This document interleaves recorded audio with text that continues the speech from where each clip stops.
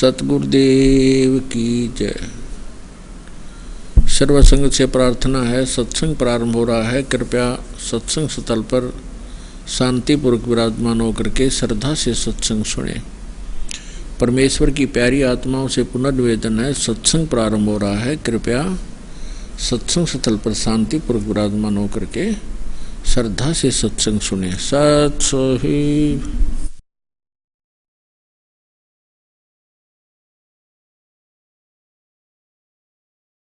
सतगुरुदेव की जय।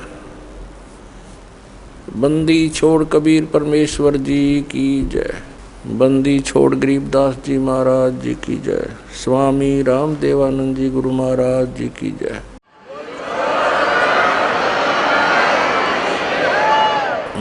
गरीब नमो नमो सतपुरुष को नमस्कार गुरु के नहीं।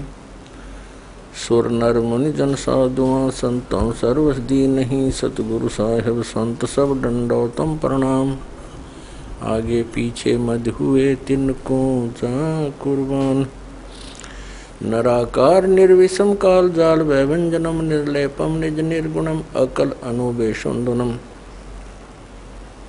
सोहम सुरति समाप्तम सकल समाना निर्तल।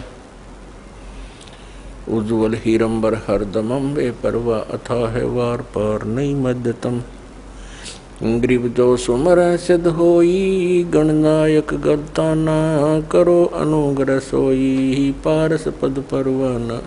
आदि गणेश मनाऊं गणनायक देवन देवा।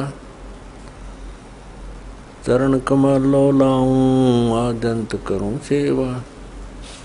परम शक्ति संगीतम रिद्धि सिद्धिदाता सोई। अवगत गुण अतीतम सतपुरुष निर्मोही। जगदम्बा जगदीशम मंगल रूप मुरारी। तन मन अर्पों शीसम भक्ति मुक्ति भंडारी। सुर नर मुनि जन ध्यावे ब्रह्मा विष्णु महेशा। शेष शेष मुख गावे पूज्य आदि गणेशा। इंद्र कुबेर सरीखा वरुण धर्म राय धावे। समर्थ जीवन जी का मन इच्छा फल पावे।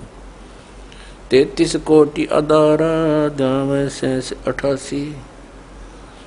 उत्तर बहुजल पारा कट है यम की फांसी। 33 कोटि अदारा जावे शेष 88। उत्तर बहुजल पारा कट है यम की फांसी। सत साहिब कर जोरूं विनती करूं। धरूं चरण पर शीश। गुरु जी राम देवानंद जी महाराज ने दियो नाम बख्शीश। कोटि कोटि सिजदा करूं कोटि कोटि प्रणाम। चरण कमल में राखियो मैं बंदी जाम गुलाम। कुत्ता हूँ गुरुदेव का रामपाल दास का नाम। गले प्रेम की जेवड़ी जाखें चो वहाँ जाऊं। तो करो तो बावड़ो दूर दूर करो तो जाऊं। जो राखो तो ही रहूं जो देवो सुख। परम पिता परमात्मा पूर्ण ब्रह्म सारी सृष्टि के रचनहार कुल मालिक कबीर देव कबीर साहब अल्लाहु अकबर जी की असीम कृपा से आप पुण्यात्माएं सत्संग सुनने के लिए उपस्थित हुए। सत्संग का उद्देश्य होता है कि इस भूले हुए प्राणी को परमात्मा की याद ताज़ा की जाए। सत्संग के अंदर ज्ञान कराया जाता है कि मनुष्य जीवन किस लिए प्राप्त हुआ। मानव जीवन का मूल उद्देश्य क्या है, तो उसमें याद दिलाया जाता है कि महापुरुषों की वाणी प्रमाण के अंदर ली जाती है और वो अमर वाणी जो परमात्मा स्वयं आकर के यथार्थ ज्ञान हमें सुनाते हैं, जिसको गीता जी अध्याय नंबर 4 के श्लोक 32 में सच्चिदानंद घन ब्रह्म की वाणी कहा है, कबीर वाणी कहा है, वो अमर वाणी परमात्मा स्वयं सुनाते हैं अपने मुख कमल से। तो इन महापुरुषों की और परमात्मा की उन अमर वाणियों को आधार बनाकर सत्संग सुनाया जाता है और उसके अंदर सत्संग के अंदर सभी सद्ग्रंथ भी आधार बनाए जाते हैं और उनके आधार से जो ज्ञान सुनाया जाता है वो सत्संग है। इसके अतिरिक्त अन्य कोई वचन सुनाते हैं, प्रवचन सुनाते हैं, सत्संग करते हैं और वो हमारे पवित्र सद्ग्रंथों से या उन महापुरुषों की अमर वाणी से या परमेश्वर कबीर जी की अमर वाणी से मेल नहीं खाते हैं, तो सत्संग नहीं है, क्योंकि उनके अंदर सत्य नहीं है, सत्य का अभाव है। सबसे पहले सत्संग के अंदर ये जानकारी दी जाती है, मानुष जन्म पायक नहीं रटे हरि नाम, जैसे कुआं जल बिना बनवाया क्या काम। मानुष जन्म दुर्लभ है, मिले न बारंबार, जैसे तरवर से पत्ता टूट गिरे वो बहुर न लगता डर। परमात्मा पूर्ण ब्रह्म सत्य पुरुष कबीर देव जी, कबीर साहब, जो काशी शहर के अंदर एक जुलाहे की भूमिका करके और परमात्मा जो गुण रखता है उसका प्रमाण दे करके अपनी अमृत वाणी को उच्चारण करके यथार्थ ज्ञान देकर वो सह शरीर आए थे, सह शरीर चले गए। वो पूर्ण परमात्मा है और परमात्मा के ज्ञान को परमात्मा ही बता सकते हैं। जीव तो अटकल लगाते हैं। कुछ श्रद्धालु कहते हैं संत को चाहिए कि वो अपना अनुभव बतावे, किन्हीं सद्ग्रंथों या पोथियों का सहारा ना ले। ऐसे विचार रखने वाले व्यक्तियों का ये भी मानना होता है कि सभी जितने भी ग्रंथ हैं ये मानव की रचनाएं हैं, उनका अपना अनुभव है। पुण्यात्माओं, ये सब अज्ञान आधार से ही प्राणी बोल सकता है और इस अज्ञान को हटाने के लिए सत्संग की आवश्यकता पड़ती है। जैसे देश का संविधान होता है, वो भी एक पुस्तक है और वो भी एक मानव ने लिखी है। आपकी बात बड़ी करके चले और कोई अन्य मानव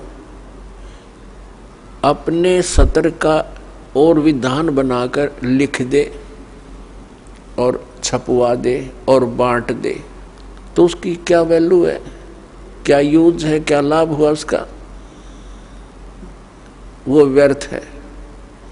इसी प्रकार परमात्मा के विधान को लिखने वाला भले ही कोई मानव है, जैसे श्री वेद व्यास जी और श्री धर्मदास जी और श्री गोपाल दास जी, लिखने वाले मानव हैं, लेकिन वो संविधान परमात्मा का है और उस विधान के अनुसार जिसके वचन नहीं है, उस संविधान यानी परमात्मा के विधान ज्ञान अनुसार किसी अन्य व्यक्ति, ऋषि महर्षि या किसी संत मंडलेश्वर महंत की वो पुस्तक परमात्मा के विधान से मेल नहीं खाती है तो व्यर्थ है। दूसरी बात रही कि संत को चाहिए कि वो अपना अनुभव बतावे, पुस्तकों का आधार ना माने। ये भी एक बालक के विचार हो सकते हैं जिसने कभी विद्यालय देखा ही ना हो। जैसे टीचर होते हैं, विद्यालय में पढ़ाते हैं अध्यापक, उनका एक निर्धारित पाठ्यक्रम होता है, सिलेबस कहते हैं उसको। और जो टीचर सिलेबस से बाहर ज्ञान देता है और सिलेबस के अनुसार ज्ञान नहीं देता है, वो भले ही उसको पढ़कर सुनावे या उसको याद करके वैसे सुनावे। वचन वही होने चाहिए जो पाठ्यक्रम की पुस्तकों में विद्यमान है। तो वो टीचर ठीक है, हितैषी है। और जो उन पाठ्यक्रम की पुस्तकों से हटकर अपनी कोई अन्य बकवाद सुनाता है तो वो टीचर ठीक नहीं। अब जैसे परमात्मा की जानकारी परमात्मा ने आकर बता दी और उन्होंने ये भी ज्ञान दे दिया कि तुम ऐसे ऐसे करो जिस कारण से तुम वहां उस स्थान को प्राप्त कर लोगे जहां जाने के बाद फिर लौटकर संसार में कभी नहीं आना पड़ता। उसको पूर्ण मोक्ष कहते हैं। अब परमात्मा के दर्शन मात्र से, कोई कहते हैं कि भगवान के दर्शन हो जाए तो कल्याण हो जाता है। परमात्मा के दर्शन बहुत अच्छी बात है, बड़े पुण्यकर्मी प्राणी को ही हो सकते हैं, लेकिन परमात्मा के दर्शन से कल्याण मोक्ष नहीं होगा। परमात्मा ने आकर के जो ज्ञान दिया है उसके अनुसार भक्ति, साधना, नाम की कमाई, यज्ञ, हवन, जो भी जानकारी दी है उनके करने से मोक्ष होगा। उदाहरण के लिए जैसे पवित्र हिंदू धर्म के अंदर हम मानते रहे और मानते हैं जब तक ये ज्ञान नहीं होता कि भगवान शिव जी और उनकी धर्मपत्नी पार्वती जी इकट्ठे ही रहते थे एक ही परिवार में, और सबसे ज्यादा दर्शन पार्वती ही किया करती थी। लेकिन कल्याण नहीं हुआ। कल्याण हुआ उसका जब उनको भगवान शिव ने वो मंत्र दिया और पार्वती जी ने जाप किया, तब उनका उतना कल्याण हुआ जितना भगवान शंकर जी के द्वारा दिए गए मंत्र से होना है। लेकिन वो कंप्लीट मोक्ष नहीं है। फिर भी जो विषय है उसी से चलते हैं। कहने का भाव ये है कि भगवान के दर्शन पुण्यकर्मी प्राणी को ही होते हैं, लेकिन संत जो बताते हैं, परमात्मा जो ज्ञान देकर जाते हैं, उसके अनुसार साधना करने से ही मोक्ष होगा। नाम की कमाई करनी पड़ेगी। कुछ एक ऐसे सिरफिरे संत हैं, वो ये कहते हैं नाम की कमाई कुछ काम नहीं करे, नाम का जाप करने की कोई आवश्यकता नहीं, सतगुरु पार कर देगा। वो टीचर नहीं, वो दुश्मन है विद्यार्थियों का, जो विद्यार्थियों को ये कहता है कि तुमने पढ़ने की आवश्यकता नहीं, टीचर पास कर देगा। और ये अपने आप में संत भी कहते हैं और श्रद्धालु इनके पास भी इकट्ठे होकर के संतमान करके इनके गुणगान करते हैं, इनके विचार सुनते हैं, फॉलोअर बन जाते हैं। इसका कारण क्या है कि हमें बिल्कुल ज्ञान नहीं अध्यात्म का, और जब तक हमें अध्यात्म ज्ञान नहीं होगा ये संत हमारा ऐसे ही एंडोड़ा बनाए रखेंगे। किसी ने 4 अटपट बातें अलग से कर दी, हमने ऐसा लगेगा कि ये पूर्ण संत है। तो दास का उद्देश्य है कि आप जी को अध्यात्म ज्ञान से इतना परिचित करवा दूं कि आप किसी से भ्रमित ना हो सकें। नाम दे देना ये तो आसान सी बात है, उसका आपने सिमरण करना है, बहुत अच्छी बात है। लेकिन बने बनाए काम न बिगाड़ दे कोई सिर फिरा के कि वो संत पूर्ण है, वो ऐसा बताता है, वो ऐसा करता है। तो आप जी उनको इस ज्ञान के आधार से अपने सतर से ही रिजेक्ट कर दो कि नहीं, आप भ्रमित हैं, आप जी को ज्ञान नहीं। तो पुण्यात्मा, अपना अनुभव बताना अच्छी बात है, लेकिन वो अनुभव उन सदग्रंथों से मेल खाता हो। जैसे एक थ्योरी होती है, जैसे बच्चे प्रैक्टिकल करते हैं लैब में, तो प्रैक्टिकल करने से पहले उनको एक लिखित विधान, उसकी प्रक्रिया दी जाती है। फिर बच्चे उनको पढ़ते हैं कि कौन सी कैसे कैसे करना है, उसको पढ़कर फिर वो प्रैक्टिकल करते हैं। तो ये ज्ञान जो है ये एक थ्योरी है, यानी ये लिखित जानकारी है जो प्रैक्टिकल हम करने जा रहे हैं। जिनकी थ्योरी ही गलत है तो प्रैक्टिकल भी ऑटोमेटिकली गलत होगा। तो हमारे जो सदग्रंथ है ये हमारी थ्योरी है, और परमात्मा के जो साधन उसमें वर्णित है वो करना हमारा प्रैक्टिकल है। फिर उनके करने से जो उपलब्धि होगी वो भी सदग्रंथों में लिखा हुआ है। फिर वो बताने की आवश्यकता कैसे पड़ेगी, अपना अनुभव बताओ। तो इस प्रकार ये भ्रमित व्यक्ति कदम कदम पर बैठे हैं, भ्रमित करने वाले। श्रद्धालुओं की कमी नहीं, श्रद्धालु को तो परमात्मा की एक विशेष कसक होती है और वे परमात्मा के लिए भटक रहे हैं। आत्मा जब से मालिक से बिछुड़ी है, इसको उसी समय से उसकी आवश्यकता महसूस हो गई थी। जिस भक्त आत्मा ने सृष्टि रचना सुन रखी है तो उनको ज्ञान है कि पहले तो हम अपनी स्वेच्छा से इस काल भगवान के साथ लग गए और भगवान से विमुख हो गए। और जिसमें ये प्रकृति दुर्गा देवी जी इस काल भगवान के पास छोड़ी गई, उसी समय से इस काल ने हमारे साथ दुर्व्यवहार प्रारंभ कर दिया। और उसी दिन से और आज तक हमें सिवाय परेशानी के यहाँ कुछ नहीं मिला। तो उसी समय इसको महसूस हो गया था, इस दुर्गा को पुकार की थी, भगवान मुझे बचा ले। अपने पैर पे कुआड़ा मार के हम यहाँ आए हैं और पुकार करते हैं भगवान बचा ले। अभी तक हम उस भगवान से प्रार्थना करते रहे जो हमें दुखी तो कर सकता है, सुखी नहीं कर सकता। वो कौन है? ये ब्रह्म है, ज्योति निरंजन काल है, जिसके लोक में हम यहाँ रह रहे हैं। और इसके 3 पुत्र हैं, रजगुण श्री ब्रह्मा जी, सतगुण श्री विष्णु जी और तमगुण श्री शिव जी। हम इनसे भी अर्ज करते हैं हमारी रक्षा करो। ये अपनी रक्षा नहीं कर सकते क्योंकि ये सक्षम नहीं है, ये समर्थ नहीं है। ये भी अपने कर्म के दंड को ही भोगते हैं।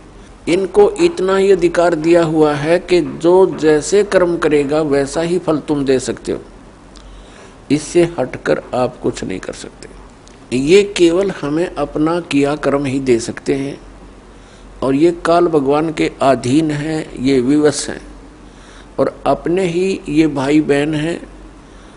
इनकी पिछले पुण्य कर्म अधिक है, इनको ऊंच पोस्ट प्राप्त मिल गई इस ब्रह्मांड की। लेकिन ये आपके साथी हैं, दुश्मन नहीं। लेकिन ये विवश हैं, इस काल भगवान के संकेत के बगैर ये कुछ नहीं कर सकते और इनको केवल जैसा कर्म प्राणी करता है वैसा ही फल देने का ही अधिकार है, इसे हटकर नहीं। ना ये किसी को सुखी कर सकते और ना ये किसी को दुखी कर सकते। इनसे हटकर जो और अन्य देवता है उनकी तो बात ही छोड़ो। तो कहने का भाव ये है कि जब से हम भगवान से बिछड़े हैं, संकटों को झेल रहे हैं, मां कष्ट उठा रहे हैं और ऐसे ही तड़प तड़प कर हम शरीर त्याग जाते हैं। और हम भगवान से पुकारते भी रहते हैं, सुनाई बिल्कुल नहीं होती है। जो कष्ट आना है आ ही जाता है। तो हम किस भगवान से पुकार करते हैं जो सुख दे ही नहीं सकते, और जो भगवान हमें सुख दे सकता है हमारे प्रारब्ध के अंदर यानी किस्मत में लिखे हुए पापों को नाश कर सकता है, क्योंकि पापों के नाश होने से ही सुख हो सकता है जीव को। तो उसकी हमें जानकारी नहीं, उसका ज्ञान नहीं, क्योंकि इस काल ने अपने बहुत से एजेंट तैयार कर रखे हैं जो संत कहलाते हैं, महंत कहलाते हैं। मंडलेश्वर आचार्य और शंकराचार्य कहलाते हैं। इन्होंने पूरे मानव को भ्रमित कर दिया, और साथ में ये काजी और मुल्ला और पीर और ये ईसाई धर्म के फादर, ये सब भ्रमित हैं। इनको किसी को भी अध्यात्म पूर्ण ज्ञान नहीं। ये सब काल के एजेंट हैं, इस ब्रह्म के ही पुजारी हैं। और हमने पूजा करनी है परम अक्षर ब्रह्म की। वो परम अक्षर ब्रह्म ही सब पापों को नाश कर सकता है, और जब तक पाप नाश नहीं होगा जीव सुखी नहीं हो सकता। तो पुण्यात्मा, सत्संग के अंदर सर्वप्रथम तो ये याद दिलाई जाती है कि मनुष्य जीवन किस लिए प्राप्त होता है। फिर मनुष्य जीवन के कार्य का वास्तविक ज्ञान हो जाता है कि हमने क्या करना चाहिए। इससे मोक्ष प्राप्ति का प्रयत्न करना चाहिए। कल्याण के लिए सबसे अधिक प्रयत्न करना चाहिए। तो उसके बाद आवश्यकता पड़ती है कि गुरु पूरा हो। तो गुरु पूरे से फिर आपका काम चलेगा। इसमें मुख्य ये दो कड़ी होती है। प्रथम, पूर्ण संत की प्राप्ति होने पर ही आपको सत्संग प्राप्त होगा, और सत्संग से ये ज्ञान होगा कि मनुष्य जीवन किस लिए मिला था। तो फिर आपका कल्याण बहुत आसानी से हो जाएगा। तो पुण्यात्मा, संपूर्ण अध्यात्म ज्ञान है ये पूर्ण संत ही बता सकता है। अब जैसे परमात्मा ने कहा है कि मानुष जन्म पाय कर नहीं रटे हरि नाम, जैसे कुआं जल बिना बनवाया क्या काम। परमात्मा ने मनुष्य जीवन की आवश्यकता कितनी बताई है कि जो व्यक्ति, जो प्राणी मनुष्य जीवन प्राप्त करके परमात्मा का नाम जाप नहीं करता, उसकी भक्ति साधना नहीं करता, वो तो ऐसा है जैसा जल रहित कूप होता है, वेल विदाउट वाटर, बिना पानी का कुआं। उसका नाम कूप अवश्य है जिसमें जल नहीं, लेकिन गुण कूप के नहीं। ठीक इसी प्रकार जो व्यक्ति परमात्मा की भक्ति नहीं करते तो वो ऐसे हैं जैसे जल रहित कूप। उसका नाम मनुष्य अवश्य है लेकिन गुण मनुष्य के नहीं हो सकते। उसके लिए सत्संग की आवश्यकता पड़ती है, और सत्संग के अंदर ये याद दिलाया जाता है कि परमात्मा की भक्ति किस लिए करें। परमात्मा की भक्ति इसलिए करें, परमात्मा याद दिलाते हैं। साहेब से चतला ले रे मन गर्भ गुमानी। साहेब में भगवान से, परमात्मा से चतला, विशेष कसक बना भगवान की तरफ। अरे मन गर्भ गुमानी, ए अभिमानी मन, परमात्मा की तरफ लग जा। क्यों लग जा, किस लिए, क्या कारण है? ना लगने से क्या हानि है, लगने से क्या लाभ है? ना भी कमल में नीर जमा, तेरा दीना मैल बनाए। नीचे जठरा अग्नि जल थी, वहां तेरी करी सहाय। नीचे शीस चरण ऊपर को वो दिन याद कराए। दांत नहीं जब दूध दिया था, अमी महारस खाए। बाहर आया भरम भुलाया, बाजे तोर सनाए। तू ही तो छोड़ दई, अब चला अधम किस राय। दाई आई घुटी प्याई, माता गोद खिलाए। तू ही तो छोड़ दिया, इब चला अधम किस राय। अब क्या बताते हैं परमात्मा के जब तू माँ के गर्भ में था, एक विशेष संकट को झेल रहा था।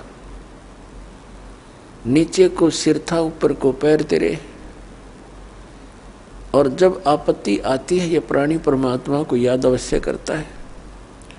माँ के गर्भ में इस प्राणी को पूरी चेतना होती है कि मैं किस कारण से इस जेल में फंसा हूं। उस समय वो परमात्मा से अर्ज करता है, हे भगवान, एक बार मेरा संकट निवारण कर दे, मुझे बाहर निकाल दो, फिर आजीवन आपकी भक्ति करूंगा, 2 रोटी के लिए धंधा भी करूंगा, मालिक तेरी भूल नहीं करूंगा।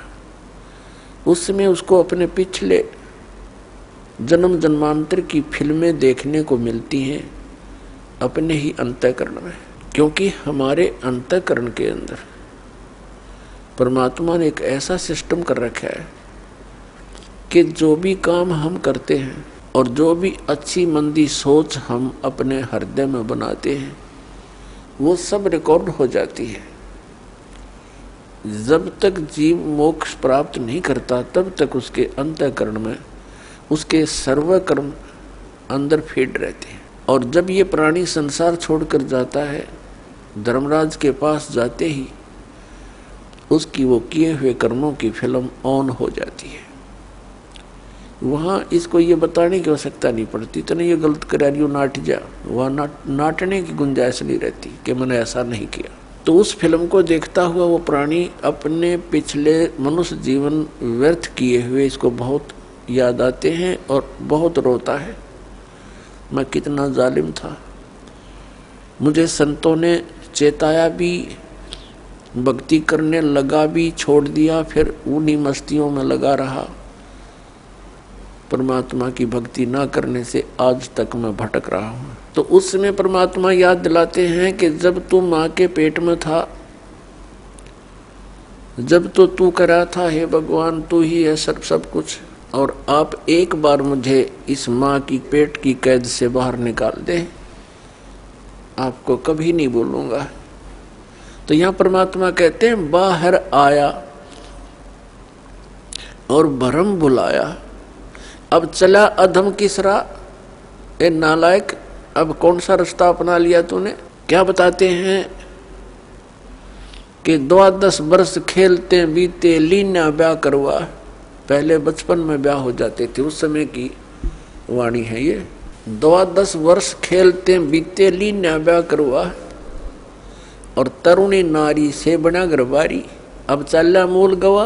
परमात्मा ये नहीं कहते कि ब्याह ना करवाओ, कहने का भाव यो है कि इससे काम ना लगे रहो, इस मनुष्य जीवन के एक मुख्य कार्यों को और इसमें साथ जोड़ लो। और उसके बिना तो ये सारा काम व्यर्थ है, और उसके साथ हो जाने से सारी सफलता। जब व्यक्ति महादुखी हो जाता है, अपने सतर के सब प्रयत्न ये कर लेता है, चाहे राजा भी क्यों न हो, तो उसको भगवान की आवश्यकता महसूस होती है। राजा लोग भी परमात्मा के लिए साधु संतों के पास जाते हैं, आशीर्वाद प्राप्त करते हैं। तो परमात्मा हमें याद दिलाने आते हैं कि तुम भिखारी क्यों बनो। वो साधु क्या करते हैं, वो भी तो भगवान की भक्ति करते हैं, तुम भी करो। तुम स्वयं धनी बनो उस भक्ति का, याचक क्यों बनो तुम। तो वह हमारे समझ में नहीं आई, क्योंकि हम इस गाइड गणे कर रखे हैं। हमने सोच ये रखा है कि भक्ति तो वो लोग करते हैं जो गुफाओं में बैठे, भक्ति तो वही कर सकते हैं जो बिल्कुल घर त्याग कर जंगल में जा बैठे, वो फरी हैं। वो फरी नहीं है, वो तो आपसे भी दुखी है। तो परमात्मा हमें याद दिलाते हैं कि तरुणी नारी से गरबारी और चाला मूल गवा। मूल का अर्थ है जो अपने मनुष्य जीवन के श्वास रूपी पूंजी, जो मूल धन तुझे प्राप्त हुआ था। ये मनुष्य जीवन के जितने श्वास हैं ये आपका धन है, ये मूल धन है। और इस मूल धन से हमने आगे व्यापार करना था, सौदा करना था और इसको दुगना तिगना चौगुना करना था। परमात्मा कहते हैं कि 3 लोक और भवन चतुर्दश सब जग सौदे आही, और दुगने तिगने और किए चौगने और किन्हु मूल गवाही। 3 लोक और भवन चतुर्दश ये सभी अपने सौदे के लिए आए हुए हैं। जैसे कोई व्यक्ति विदेश चला गया या दूसरे शहर में चला गया 2, 4, 10 लाख रुपए लेकर व्यापार करने के वजह से कि उनकी 10 के 20 बनाऊं, अपने नेक नीति से कमाऊं, और वो उन पैसों से ही जाकर के होटल में मौज मस्ती कर रहा है, व्यापार कर नहीं रहा, बिजनेस कर नहीं रहा, तो वो उस मूल धन को खर्च रहा है, उसको बर्बाद कर रहा है और एक दिन कंगाल होकर स्वदेश लौट आएगा और किसी के मजदूर लगेगा। और दूसरा व्यक्ति उन 10 लाख रुपयों से सौदा खरीदता है, बेचता है, दुगने तिगने कर रहा है, तो उसने उसका यथार्थ लाभ प्राप्त कर लिया। ठीक इसी प्रकार जो मनुष्य जीवन प्राप्त प्राणी इस पूंजी को खर्च रहे हैं, कोई मंत्री बन गया, कोई प्रधानमंत्री बन गया, कोई जज बन गया, कोई IAS IPS बन गया, कोई फैक्ट्री का मालिक बन गया, ये पिछला धन है आपका। कोई मनुष्य जीवन ही आपको मिला है तो बहुत पुण्यकर्मी प्राणी है, आप धनी है भगवान के धन से। जिसको मनुष्य जीवन प्राप्त है वो मूल धन पूरा लिए हुए है। बाकी ऊंच पोस्ट प्राप्त हो जाना, राजा बन जाना, ये उस भक्ति धन का एक एक्स्ट्रा आइटम है। ये केवल दान पुण्य का ही फल है इनका। और मूल पूंजी वो भक्ति वाली वो सबकी मनुष्य जीवन प्राप्त प्राणियों की एक जैसी है, जिनको मनुष्य जीवन मिल गया। चाहे वो रिक्शा चलाता है, चाहे मजदूर है, चाहे सेठ है, और चाहे मंत्री या प्रधानमंत्री है, कोई भी है। भक्ति धन आपका जो है नाम की कमाई वाला धन तो सबका समान है। और रहे पुण्यों का, उन पुण्यों से ये उच्च पोस्ट मिल जाती है। तो कहने का भाव ये है दास का कि जो इस मनुष्य जीवन के इस मूल धन से फिर से अपनी कमाई शुरू कर देता है, परम संत की शरण से उपदेश प्राप्त करके फिर अपने उस दैनिक कार्य के साथ साथ ये भी एक मजदूरी करता है, तो वो दुगने तिगने और चौगने बना रहा है अपने मूल धन के। अब परमात्मा ने आकर ये ज्ञान दिया है और यथार्थ ज्ञान को भगवान ही बता सकते हैं, जीव तो अटकल लगाया करते हैं। आप देखिएगा पवित्र चारों वेदों और श्रीमद् भगवद गीता के अंदर जो ज्ञान है वो गॉड गिवन है। और परमेश्वर कबीर जी की वाणी वो गॉड गिवन है, स्वयं परमेश्वर ने आके बोली है। और उन महापुरुषों की वाणी जो परमात्मा से परिचित हुए, जिनको भगवान आकर सीधे मिले, उनको अपने से परिचित करा के वापस छोड़ा, उनकी वाणी भी गॉड गिवन है, क्योंकि उनका अनुभव आँखों देखा है परमात्मा की उन वाणी से भी मेल खाता है। तो इस प्रकार जो 18 पुराण हैं उनको देखिएगा, वो जीव की सोच है। इन ब्रह्मा विष्णु महेश और अन्य ऋषि महर्षियों का अपना ज्ञान अनुभव है, वो वेदों से बहुत कम मेल खाता है। तो इस प्रकार हमने अन्य के अनुभव को अपने भक्ति मार्ग में सहयोग में नहीं लेना है, आधार नहीं मानना है। इस ज्ञान को सुनने के लिए, ज्ञान को समझने के लिए 18 पुराण हमारे लिए एक विशेष सहयोगी हैं, लेकिन भक्ति की विधि के लिए इनका सहयोग हमने बिल्कुल नहीं लेना। और उसमें जो भी भक्ति क्रियाएं बता रखी है वो वेदों से नहीं मिलती हैं तो नहीं लेना, उनका पालन नहीं करना हमने, तभी हम सफल होंगे। तो क्या बताते हैं, ये मनुष्य जीवन जब तक आपके पास है तो आप इससे ये लाभ उठा सकते हो।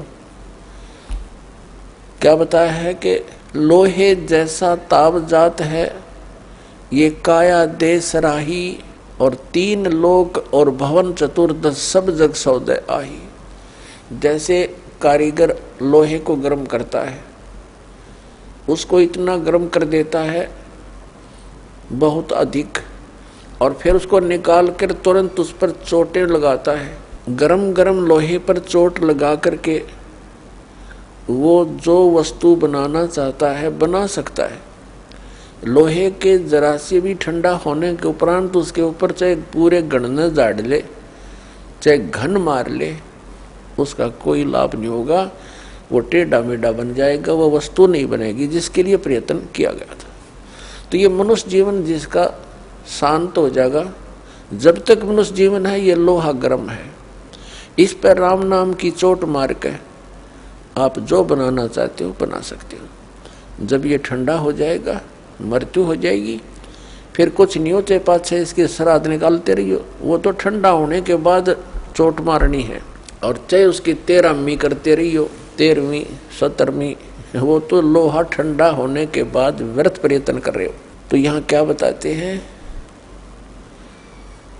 3 लोक और भवन चतुर्दश सब जग सौदे आही, दुगने तिगने किए चौगने किन्हू मूल गवाही। किसी ने तो दुगने तिगने चौगने कर लिए मनुष्य जीवन से सतभक्ति करके, और किन्होंने मूल का नाश कर लिया, मूल गंवा दिया, यानी मनुष्य जीवन को यही फू फर करके अन्य क्रियाओं में ही व्यर्थ कर गए। उन्होंने मूल धन का नाश कर दिया। अब भक्ति न करने से क्या हानि होगी। नर से तू पशुआ की जय, गद्दा बैल बनाई, ये 56 भोग कहाँ मन मूर्ख, कित कुरडी चरने जाई। पुण्यात्मा, हम मनुष्य जीवन प्राप्त करके उन सभी सुविधाओं को प्राप्त कर लेते हैं जो भगवान मनुष्य जीवन प्राप्त प्राणी को देता है। वो क्यों देता है? इसलिए देता है कि इन सुविधाओं को प्राप्त करके ये भक्ति कर लेगा, अपना कल्याण करा लेगा। जिनको मानव शरीर प्राप्त है वो उनकी ड्रेस अन्य प्राणियों से भिन्न है। ड्रेस मीन आपका ये शरीर, ये बॉडी, ये ड्रेस है, एक पोशाक है आपकी, ये स्टूडेंट की है।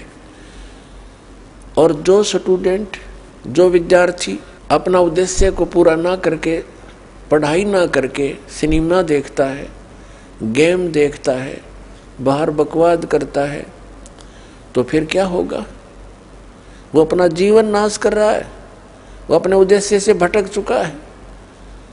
और फिर क्या बनेगा? वो मजदूर लगेगा और कहीं मिट्टी ढोएगा, रिक्शा चलाएगा, पल्लेदारी करेगा। जिस उद्देश्य से वो विद्यालय में गया था उससे चूक गया, वो लाभ प्राप्त नहीं कर सका।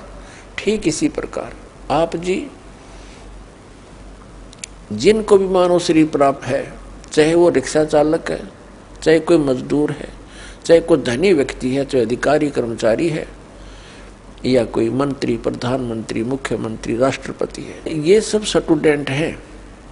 और जो ये भक्ति साधना नहीं कर रहे वो अपने उद्देश्य से भटक चुके हैं। माता पिता से प्राप्त उस धन का वो दुरुपयोग कर रहे हैं। हमारा माता पिता कौन है? कबीर भगवान। उसने हमें ये पूंजी दे करके आपको फ्री कर रखा है। जैसे बच्चे को माता पिता 15-16 वर्ष तक बिल्कुल फ्री कर देते हैं, बढ़िया कपड़े देते हैं, बढ़िया खाना देते हैं, कोई काम भी नहीं लेते हैं, पैसे भी खूब खर्च करते हैं, तुम किसी प्रकार अपना उद्धार करवाओ, अपनी शिक्षा पूरी कर लो।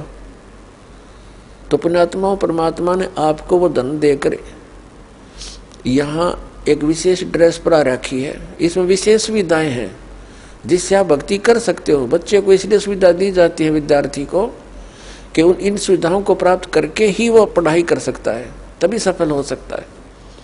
तो आप जी को परमात्मा ने ऐसी सुविधाएं दी हैं, खाने के लिए सुंदर अन्न, फल, आहार, काजू किस्म सेब संतरे दूध दही और सद्बुद्धि दे रखी, मकान झोपड़ी घालो, प्राकृतिक आपदाओं से बचने के लिए भूख लगे जब भोजन खा लो, प्यास लगे जब जल पी लो, सब उपलब्ध है। उसके साधन बता दिए, जल ऐसे मिलता है। और फिर करना क्या था, बस बच्चे पैदा करो, इनको ब्याहो, इनको बस पाल पोस दो, फिर मर जाओ। क्या यही काम था इसका? ये तो पशु पक्षी भी कर रहे हैं। इसके साथ साथ एक अनिवार्य कार्य था जिसका हमें पता चलकर भी हम इस पर नहीं चल सके, क्योंकि संत साधु जन जितने हैं वो बताते हैं, समझाते भी हैं, लेकिन उनके वचन में शक्ति नहीं, उनके पास वो पावर नहीं, उनके पास वो भक्ति मंत्र नहीं जिसे प्राप्त करके प्राणी फिर आगे इस मार्ग को आगे चल सके। जिस कारण से अब मानो नास्तिकता की ओर बढ़ रहा है।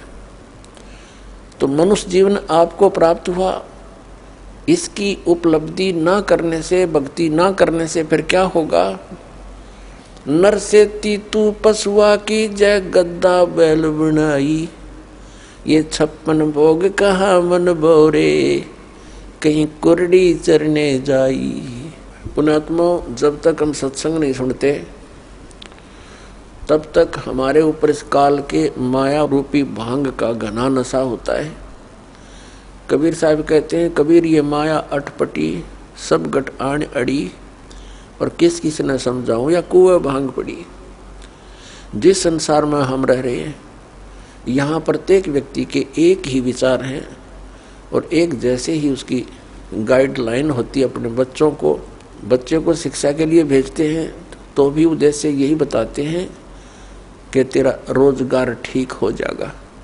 यानी जो भी ट्रेनिंग हमें मिलती है, रोजी रोटी और कपड़ा और कोठी इनके बनाने की ही मिलती है। तो उस समाज में रह कर के आप अपना उद्देश्य भूल चुके हो। सत्संग में आने से कुछ समय आपको भगवान देता है, निश्चिंत होकर सत्संग सुनते हो और बहन भाइयों से मिलते हो, उनसे भी आपको फिर धीरे धीरे ये ज्ञान सुनने को मिलता है, तो आपकी रुचि बन जाती है। तो परमात्मा क्या बताते हैं कि आप मनुष्य जीवन प्राप्त हो, आपको कितनी सुविधा प्राप्त है। जब भूख लगती है खाना खा लेते हो, प्यास लगती है पानी पी लेते हो, गर्मी सर्दी से बचने के लिए मकान बना लिए। ये वैसे मकानों की आवश्यकता हमने इतनी चाहिए थी कि आवश्यकता से अधिक ना बनाए इनको। ये हमारा भक्ति बाधक है। जो भक्ति करना चाहते हैं, मोक्ष कराना चाहते हैं, तो उनको इन सब नियमों को फॉलो करना पड़ेगा जो बताए जाते हैं, क्योंकि वो भक्ति में बाधक है। और जो भक्ति बाधक है आप उनको भी साथ लेकर चल रहे हो, तो आप ऐसा कर रहे हो जैसे किसी पशु के गल में लठ बांध दिया करते सा मोटा रस्से में गाल कर। अब वो चल नहीं सकता उस स्पीड से जैसे उन्हें चलना चाहिए, चल गट्टियां पर लग गए। तो आप जी इन मर्यादाओं को पालन ना करके और भक्ति रूपी मार्ग पर चलने की चेष्टा करोगे, आप नहीं सफल हो सकते। तो इसलिए हमने ज्ञान के आधार से इन बुराइयों को, इन कुरीतियों को और सांसारिक परंपराओं को भी त्यागना पड़ेगा, तब हम इसमें सफल होंगे। फिर अपनी बड़ी स्पीड से चलेंगे। जैसे मकान बना लिया, ठीक है, आजकल परमात्मा ने दया कर रखी है, बढ़िया सुविधा आपको प्राप्त है, मकान बना लो, जैसा आवश्यक हो उतना ही, केवल उसी के लिए कि बढ़िया कोठी बनाऊं, लोगों का प्रशंसक बन जाऊं। ये हमारी अपनी सोच होती है, अध्यात्म मार्ग नहीं है। तो मकान बनाओ जितना आवश्यक हो और जितनी आपकी जेब अलाउड करती हो, आवश्यकता से अधिक खर्च मत करो। हमारे पूर्वज आपने देखे होंगे, हमने तो खूब याद है, झोंपड़ियों में टाइम पास करके कई पीढ़ी, उनका तो इतना काम है, एक चारपाई डालनी आपने, चाहे 10 कमरों का मकान है आपका, एक कमरे में एक कोने में 3 बाई 7 फुट की जगह चाहिए आपने। घुटने तो घुड़िया तो मोकली है। कबीर साहब तक कहते हैं घर तो 3.5 हाथ और गढ़ा तो 4.25 है। कहे कबीर अधिका बना अधिका कहे, उसको नहीं विचार। ये मनुष्य की जो शरीर है 3.5 हाथ का होता है। परमात्मा कहते हैं आपने घर 3.5 हाथ की आवश्यकता है, घना बनाओ तो 4.25, अरे से फालतू बनाओ है तो मूर्खता है तेरी। फिर भी परमात्मा का कहने का तात्पर्य है कि आवश्यकता से अधिक कोई भी वस्तु आप संग्रह करते हो आपकी भक्ति का बाधक बनेगा, क्योंकि समय वेस्ट व्यर्थ जाएगा। कोठी बना ली, 10 लाख 2 लाख अपने पास से लगा लिए, 3 लाख कर्जा कर लिया। अब जब तो कर्जा ले लिया, ऋण ले लिया, पता नहीं चला 1 महीने के बाद मांगने वाला आने लग जाएंगे, चैन गई, रात न नींद आवे नहीं, और भक्ति का भी नाश। बाको ठीक है काम आई आपके। तो इस प्रकार हमने भक्ति मार्ग में जो बाधाएं हैं उनको त्यागना पड़ेगा। अब क्या बताते हैं, परमात्मा ने हमें कितनी सद्बुद्धि दे रखी है, और ये भक्ति ना करने से इन कोठी बंगले बनाने में और धन बढ़ाने में अपना जीवन व्यर्थ कर जाएंगे, तो फिर क्या होगा। नर से तीतू पशुआ की जय गद्दा बैल बनाई, अरे ये सुंदर भोजन का मन बोरे कि तो कुर्डी चढ़ने जाई। होय होय, अपने आत्मा इतना कुछ सुनकर भी हमारे यह बात अंदर जगह बनाती नहीं, क्योंकि हमें ये सब सुविधाएं उपलब्ध है और हर समय है, और ये तो आपके अंतिम सांस तक आपको रहेंगी जब तक मनुष्य जीवन में हो। क्योंकि माता पिता बच्चों को जब तक वो कॉलेज स्कूल नहीं छोड़ता वो सुविधा देता ही रहता है, और जो बच्चा उसका सदुपयोग ना करके आता है तो फिर वो बहुत दुख उठाता है। तो इस प्रकार सत्साधना भक्ति करने से मोक्ष होना था, जहाँ जाने के बाद फिर लौटकर कभी संसार में नहीं आते, वहाँ हमें बहुत सुख होना था। जैसे बच्चा विद्यालय में पढ़ता है, कॉलेज में पढ़ता है, महाविद्यालय में, उसको वहाँ कुछ नहीं मिलना, वहाँ से उसको विद्या प्राप्त हुई, उस विद्या के आधार से उसको अन्य फील्ड में वहाँ जा कर के वो सुविधाएं मिलनी है। ठीक इसी प्रकार हमें इस पृथ्वी पर जो हम चाह रहे हैं, हमें यहाँ नहीं लेनी चाहिए इसकी सुविधाएं। ये तो कॉलेज में मौज मार रहे हैं हम, ये सोच लो पृथ्वी की कोई भी वस्तु हम डिमांड कर रहे हैं या इसी में लगे रहे हैं, भक्ति की नहीं, तो हम कॉलेज में मौज मार रहे हैं, वो बहुत हानिकारक होगी। इसका लाभ हमें सतलोक में मिलेगा। सतलोक के बारे में आज तक जो जानकारी हमें प्राप्त हुई है, हमें मीन आप जी को इस दास के वचनों से पहले, तो वो कैसी जानकारी प्राप्त हुई है। सतलोक का एक विशेष कॉन्ट्रैक्ट ले रखा है किसने, राधा स्वामी पंथ वालों ने, और धन दंड सतगुरु सच्चा सौदा सिरसा और जगमाल वाली वालों ने, और इनको सतलोक का कख भी पता नहीं, ना भक्ति मार्ग ठीक इनका, ना सतलोक की सतपुरुष की जानकारी। तो बताइए कहाँ ले जाएंगे प्राणी को। और फिर ये कबीर पंथी, ये भी सतपुरुष और सतलोक के गुण गाते हैं और सतनाम की महिमा मुख्य वर्णन करते हैं। इस दास ने इन सभी पंथों के ग्रंथों को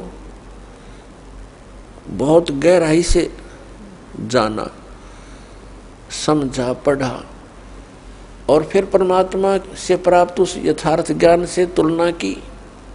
इन कबीर पंथियों के पास भक्ति मार्ग की ABCD भी नहीं है, और न इन राधा स्वामी, जय गुरुदेव और ये सच्चा सौदा सिरसा वाले और जगमाल वाली वाले इनके पास, और न इन अन्य संतों के पास तो होना कहा, न इन आचार्य और शंकराचार्यों के पास भक्ति मार्ग। ये तो सतलोक जानते नहीं, इनका तो सब्जेक्ट नहीं। ये तो श्री राम, श्री कृष्ण, श्री विष्णु और श्री शंकर भगवान की पूजा तक सीमित किए हुए हैं, आचार्य और शंकराचार्य, और ये सुधांशु जी महाराज, और ये आसाराम जी महाराज, और ये सतपाल जी महाराज, और ये बाल योगेश्वर जी महाराज। और ये सारे कृपालु जी महाराज और ये दूसरे जितने ये ब्रह्म ऋषि कुमार कखनिन के पास भक्ति मार्ग का, पूरे विश्व को डबोए बैठे अपना नाश कर रहे। अपने आत्माओं, जिन पुण्यात्माओं को ज्ञान नहीं तो ये सोचते हैं कि रामपाल पता नहीं अपने आप में के मान रहा है, अपने आप को विद्वान मानता है। इसमें विद्वान और अविद्वान की बात तो है ही नहीं। हमारे सदग्रंथ परमात्मा ने दे रखे हैं, उन सदग्रंथों की जिनको जानकारी है तो वो भक्त है, वो संत है, और उसकी जानकारी नहीं है वो ना भक्त है। भक्त तो हो ही नहीं सकता क्योंकि उसको थ्योरी का पता नहीं, प्रैक्टिकल करेगा क्या। तो पुण्यात्मा पूरे विश्व में इस दास के अतिरिक्त ना यू ज्ञान है ना ये समाधान है।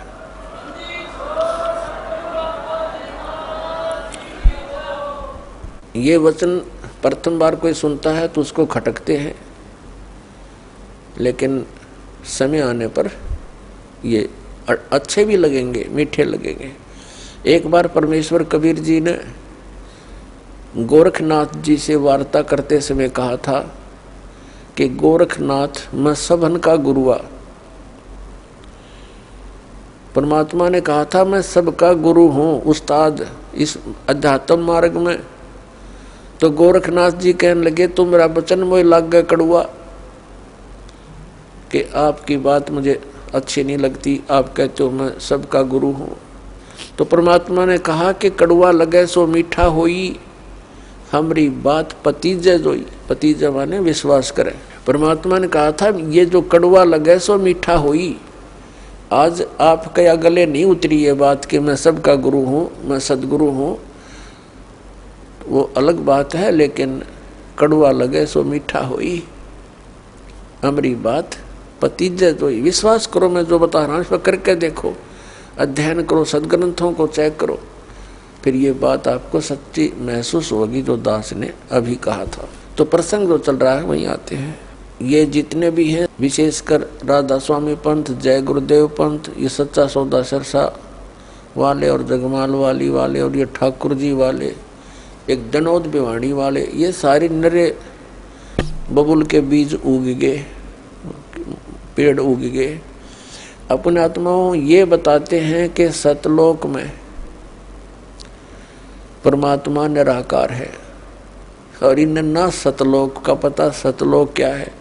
कहते वही सतलोक, वही सतनाम, वही सार नाम, वही सार शब्द और वही सतपुरुष, वो सतलोक ही है, वो निराकार है, चेतन प्रकाश है। और इनका ये सभी कबीर पंथियों का और सभी इन राधा स्वामी से निकली हुई उनकी ब्रांचों का, जैसे सच्चा सौदा सरसा और जगमाल वाली और ये ठाकुर जी जय गुरुदेव जी वाले, इनका मानना है कि मोक्ष प्राप्त प्राणी सतलोक के अंदर उस परमात्मा के प्रकाश में ऐसे मिल जाती है वो आत्मा जैसे बूंद समंदर में। एक रांजड़ी गांव जम्मू के अंदर एक नया संत मिला जिसका नाम है मधु परमहंस,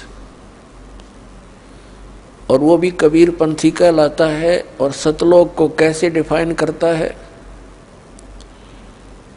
सृष्टि रचना सुनाते समय उसने क्या बताया है कि पहले परमात्मा गुप्त थे, फिर उन्होंने एक शब्द उच्चारण किया, उससे एक अद्भुत प्रकाश बन गया। उस प्रकाश के अंदर फिर परमात्मा अमर पुरुष समा गया, वो अमरलोक हो गया। फिर वो फिर अमरलोक बन गया, यानी वो परम पुरुष भी, अमर पुरुष भी, अमरलोक फिर एक हो गया, वो प्रकाश पुंज। और फिर कहते हैं उस प्रकाश ने परमात्मा को ऐसे छटक दिया, अपने आप को ऐसे छटक दिया, उसमें से बूंद सी बन गई, ऊपर जानते फिर उल्टी आ गई। जैसे जल की बूंद ऊपर को फेंकी जाए, जल में आकर मिल जाती है, पर वो मिली नहीं, वो कण से बन गए, बिंदु से बनकर जीव बन गए, घूमने लग गए उस प्रकाश में। वहाँ जाकर मोक्ष प्राप्त, उसके हिसाब से मोक्ष प्राप्त प्राणी वो हंस बनकर जाते हैं और वो डॉट बिंदु बनकर ऐसे घूमते हैं जैसे मछली जल में उस प्रकाश में भटकती है। ये कहता है कि मेरे पास जो वस्तु है ब्रह्मांड में नहीं। अब उसका सारा जाड़ा लेकर और गांठ बांध दी उसकी, अब दिखा देंगे क्या है उसके पास वस्तु। तो परमात्मा ने दया बख्शी है अपने ऊपर, इस दास के ऊपर दया बख्शी है, वो दिव्य दृष्टि दे दी इस ज्ञान को समझने की और इनके अज्ञान की परख करने की, और वो आपको आसानी से करवा देगा। दास 2 मिनट में समझ जाओगे वास्तविकता क्या है। एक तो इसका विधान है श्री मधु परमहंस रांझड़ी वाले का, जम्मू वाले का। एक तो ये हो गया कि अमर पुरुष और अमरलोक वो एक बन गया, वो चेतन प्रकाश हो गया। और फिर ने कहा सार नाम भी, आदि नाम भी, और सार शब्द भी, विधेय शब्द भी, वो अमर पुरुष ही है। अमर पुरुष वो बने गया अमरलोक, यानी वो सारा कुछ हो चेतन प्रकाश को, ये अमरलोक भी, सार शब्द भी, सार नाम भी, विधेय नाम भी, आदि नाम वही, सतनाम भी वही, अमरलोक भी वही, सतपुरुष भी, अमर पुरुष भी वही, और सार नाम भी वही। आ गया वहीं जहां से शुरू हुए थे। हे भगवान, ये भोली आत्माओं को क्या पता भी महात्मा जी पहुंचे होंगे, सतलोक देख कर आएंगे। खक देखा उन्हें, सतलोक के अंदर ऐसी ही सृष्टि है, ऐसे ही मनुष्य, वह पशु पक्षी नहीं है, ये कीड़े मकोड़े नहीं है। वहाँ सदाबहार वृक्ष हैं और सदाबहार वहाँ के काजू किस्मत सेब संतरे और फल फूल फ्रूट सारे सदाबहार हैं। वहाँ जाने के बाद प्राणी ना वृद्ध होता, ना उसके अंदर उसकी मृत्यु होती। अपने आत्मा, यदि हमने वहाँ जाकर के न्योय धक्के खाने हैं, डॉट बन कर घूमना, क्या आनंद होया? वो खाक आनंद है। मोक्ष का अर्थ होता है जैसे कोई बंधन में ना हो। हम यहाँ कर्मों के बंधन से बंधे हुए हैं, वहाँ कर्म नहीं है। निष्कर्म में मोक्ष प्राप्त होता है, बिना किए प्राप्त होती हैं सब सुविधाएं, उसको निष्कर्म में मुक्ति मानते हैं। तो वहाँ जाने के बाद देखो, आप देखते हैं प्रत्येक व्यक्ति चाहता है काम थोड़ा करूं, ना करूं तो घना बढ़िया और सुविधा सारी हो। यह आभास कहाँ से हुआ? क्योंकि हम ऐसे स्थान पर रहते थे, वहाँ हमने काम तो करना ही नहीं पड़ा था, सुविधा नरी थी, आगे पड़ी रही थी। फिर दूसरा कोई बूढ़ा होना नहीं चाहता, वृद्ध अवस्था को कति पसंद नहीं करते, यानी 80 साल तक भी बाल काले करते रहे हैं और दांत कृत्रिम टडवाए ले हैं, अब कुछ बूढ़ा सा ना दिखो हैं। और फिर मृत्यु कोई नहीं चाहता, और दोनों कंपलसरी। ये तो यहाँ का यूनिवर्सल ट्रूथ है, हार्ड एंड फास्ट रूल है तो इसका कि वृद्ध भी होगा और मृत्यु भी होगी, और हम दोनों पसंद नहीं करते, दोनों कंपलसरी होंगी यहाँ पर। इसी प्रकार कोई काम करना नहीं चाहता। हम उच्च शिक्षा किस लिए प्राप्त करते हैं कि हम कुर्सी पर बैठे दफ्तर के नीचे, नौकर हों, घंटी बजाएं, पानी पिलाओ, चाय लाओ, हैं, काम कुछ नहीं करना पड़े, तनख्वाह मिला गणी ठाठ से रहे।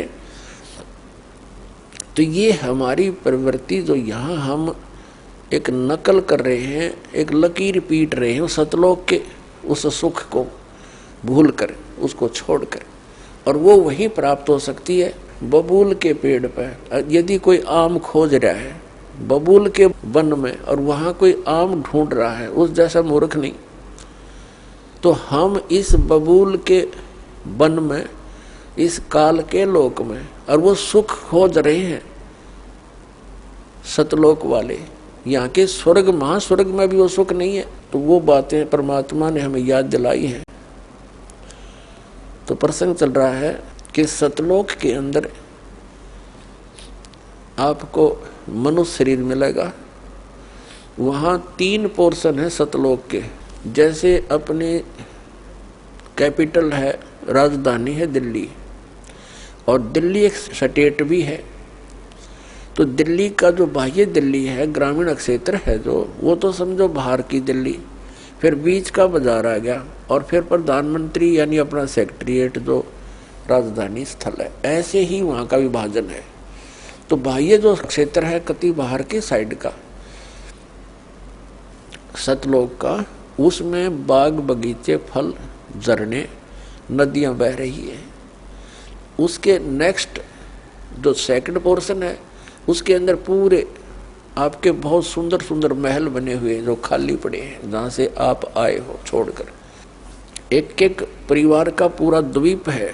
जैसे आप किसी भी अधिकारी, कर्मचारी या पैसे वाले सेठ के मकान को देखोगे, वो क्या बनाता है, बड़ी कोठी हो, एक अच्छा आगे आंगन हो, लान जिसे बोलते हैं, और उसके अंदर फल फ्रूटों के पौधे पाधे लगे हों, बगीची बनी हो, झरना लगा रखा हो, तालाब हो।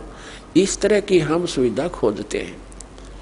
और हम पिकनिक मनाने जाते हैं, पहाड़ देखने आ जाते हैं, बड़े बड़े सुंदर स्थान, झरने देखने जाते हैं। ये हमारा स्वभाव वहाँ से बना हुआ है। और यहाँ तो हम जाते हैं, वहाँ जेब कटवा कर आ जाते हैं। 10,000 रुपये ले गए कुल्लू और मनाली मई जून जुलाई में, और अपने पैसे खर्चो, वह कुछ दिनों के लिए इधर उधर सैर सपट्टे करो और पैसे बर्बाद करके वापस आ जाओ। यहाँ का तो ये सुख है। और सतलोक में जाने के बाद वो कभी अभाव नहीं, कोई खर्च नहीं, और किसी किस्म का कोई दुख नहीं। अब हम कोई मरना नहीं चाहते, और ये परिवार बना रहो, हम मरा नाम न कति जरूरत नहीं, चाहे दुखी और भी हो जावा, हम यहाँ से नहीं जा सकते, जरूरत ही नहीं हमने जाने की फिर। लेकिन यह मृत्यु खतरनाक हमारे लिए, और वृद्ध अवस्था, और ये सारा वहाँ होगा, और वहाँ फिर दुख नहीं, कोई काम नहीं, अपना बहुत ही सुविधा है आपको। वहाँ भी आपको परमात्मा की याद बनी रहती है। परमात्मा की जो सिमरन वहाँ भी आपने करना होता है, उस सिमरन का इतना आनंद आता है। कई व्यक्ति सोचते हैं फिर वहाँ करें क्या, वहाँ परमात्मा की याद, वहाँ बहुत सब सुविधाएं हैं जो यहाँ वर्णन नहीं कर सकते। वहाँ आपको पता भी नहीं चलता कितना समय बीत जाता है, और आप सदा सुखी रहते हो। कोई राग द्वेष नहीं, कोई ऐसी चीज का अभाव नहीं जिससे राग द्वेष बने, कोई छोटा बड़ा नहीं, वहाँ पर सबको एक जैसी सुविधा है। तो ये सतलोक के अंदर सभी सुविधाएं हैं, और वहाँ पूर्ण मोक्ष है वो प्राणी, कोई प्रतिबंध नहीं।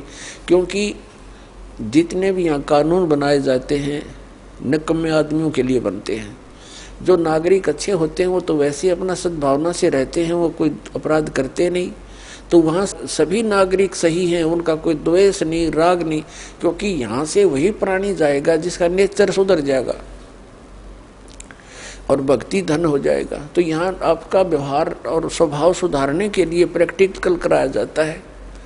तो आप यहाँ आते हो सत्संग में, आप यहाँ आकर के एक तो ज्ञान सुनते हो, ज्ञान सुनो, फिर ज्ञान के ऊपर अमल करो कि जो वचन कहे जाते हैं ये किसी डूम बाट के गीत नहीं, ये परमात्मा का दिया हुआ मार्ग है, परमात्मा के दिए हुए वचन है, ज्ञान है। और आप यहाँ आए किस उद्देश्य से हो इतनी दूर? आप ज्ञान सुन के उस पर प्रैक्टिकल करें, उसको अपने उसको अंजाम में लाए, उस गाइडलाइन पर चलें। अब जैसे यहाँ आते हो आप, यहीं से अपने आप को सुधारना शुरू करो। जैसे सभ्य लोग होते हैं, बस में बैठे और कोई देखा कोई वृद्ध है, उसको कहते हैं अपने साथ एडजस्ट कर लेते हैं, आओ आप बैठ जाओ। और कुछ ऐसे नेक होते हैं अपनी सीट छोड़ देते हैं, आओ जी आप बैठ जाओ। तो पुछले पुण्य कर्मी प्राणी है वो, ऐसे स्वभाव जिनका बना हुआ है। अरे किन्हों का क्यों खड़ा रहे, तो वो कैसा व्यक्ति है? तो ऐसे ही आपने ये एडजस्टमेंट, ये प्रैक्टिकल यहाँ करना है।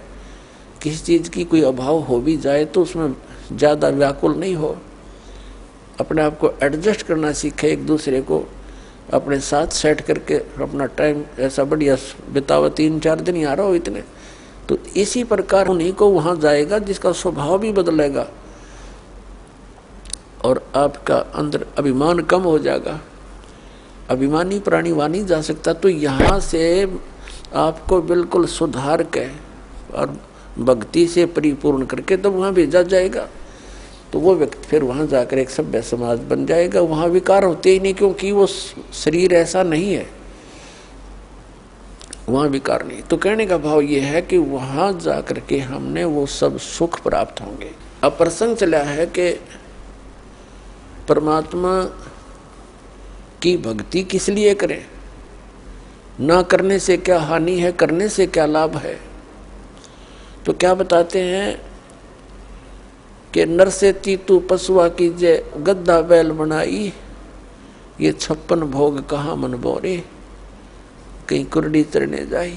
अब क्या बताते हैं कि जो ये भक्ति नहीं करते और करते हैं तो अपने शास्त्र अनुकूल नहीं करते, पूर्ण परमात्मा की भक्ति शास्त्र अनुकूल नहीं करते, परम संत की खोज नहीं करते, और वो भक्ति करके भी जीवन व्यर्थ कर रहे हैं।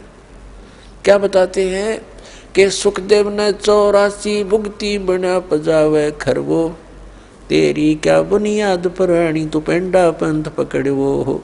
सुखदेव एक ऋषि हुए हैं और उनके अंदर पूर्व जन्म के एक ऐसी पिछले संस्कार थे कि बचपन से उसमें एक सिद्धि थी आकाश में उड़ जाने की,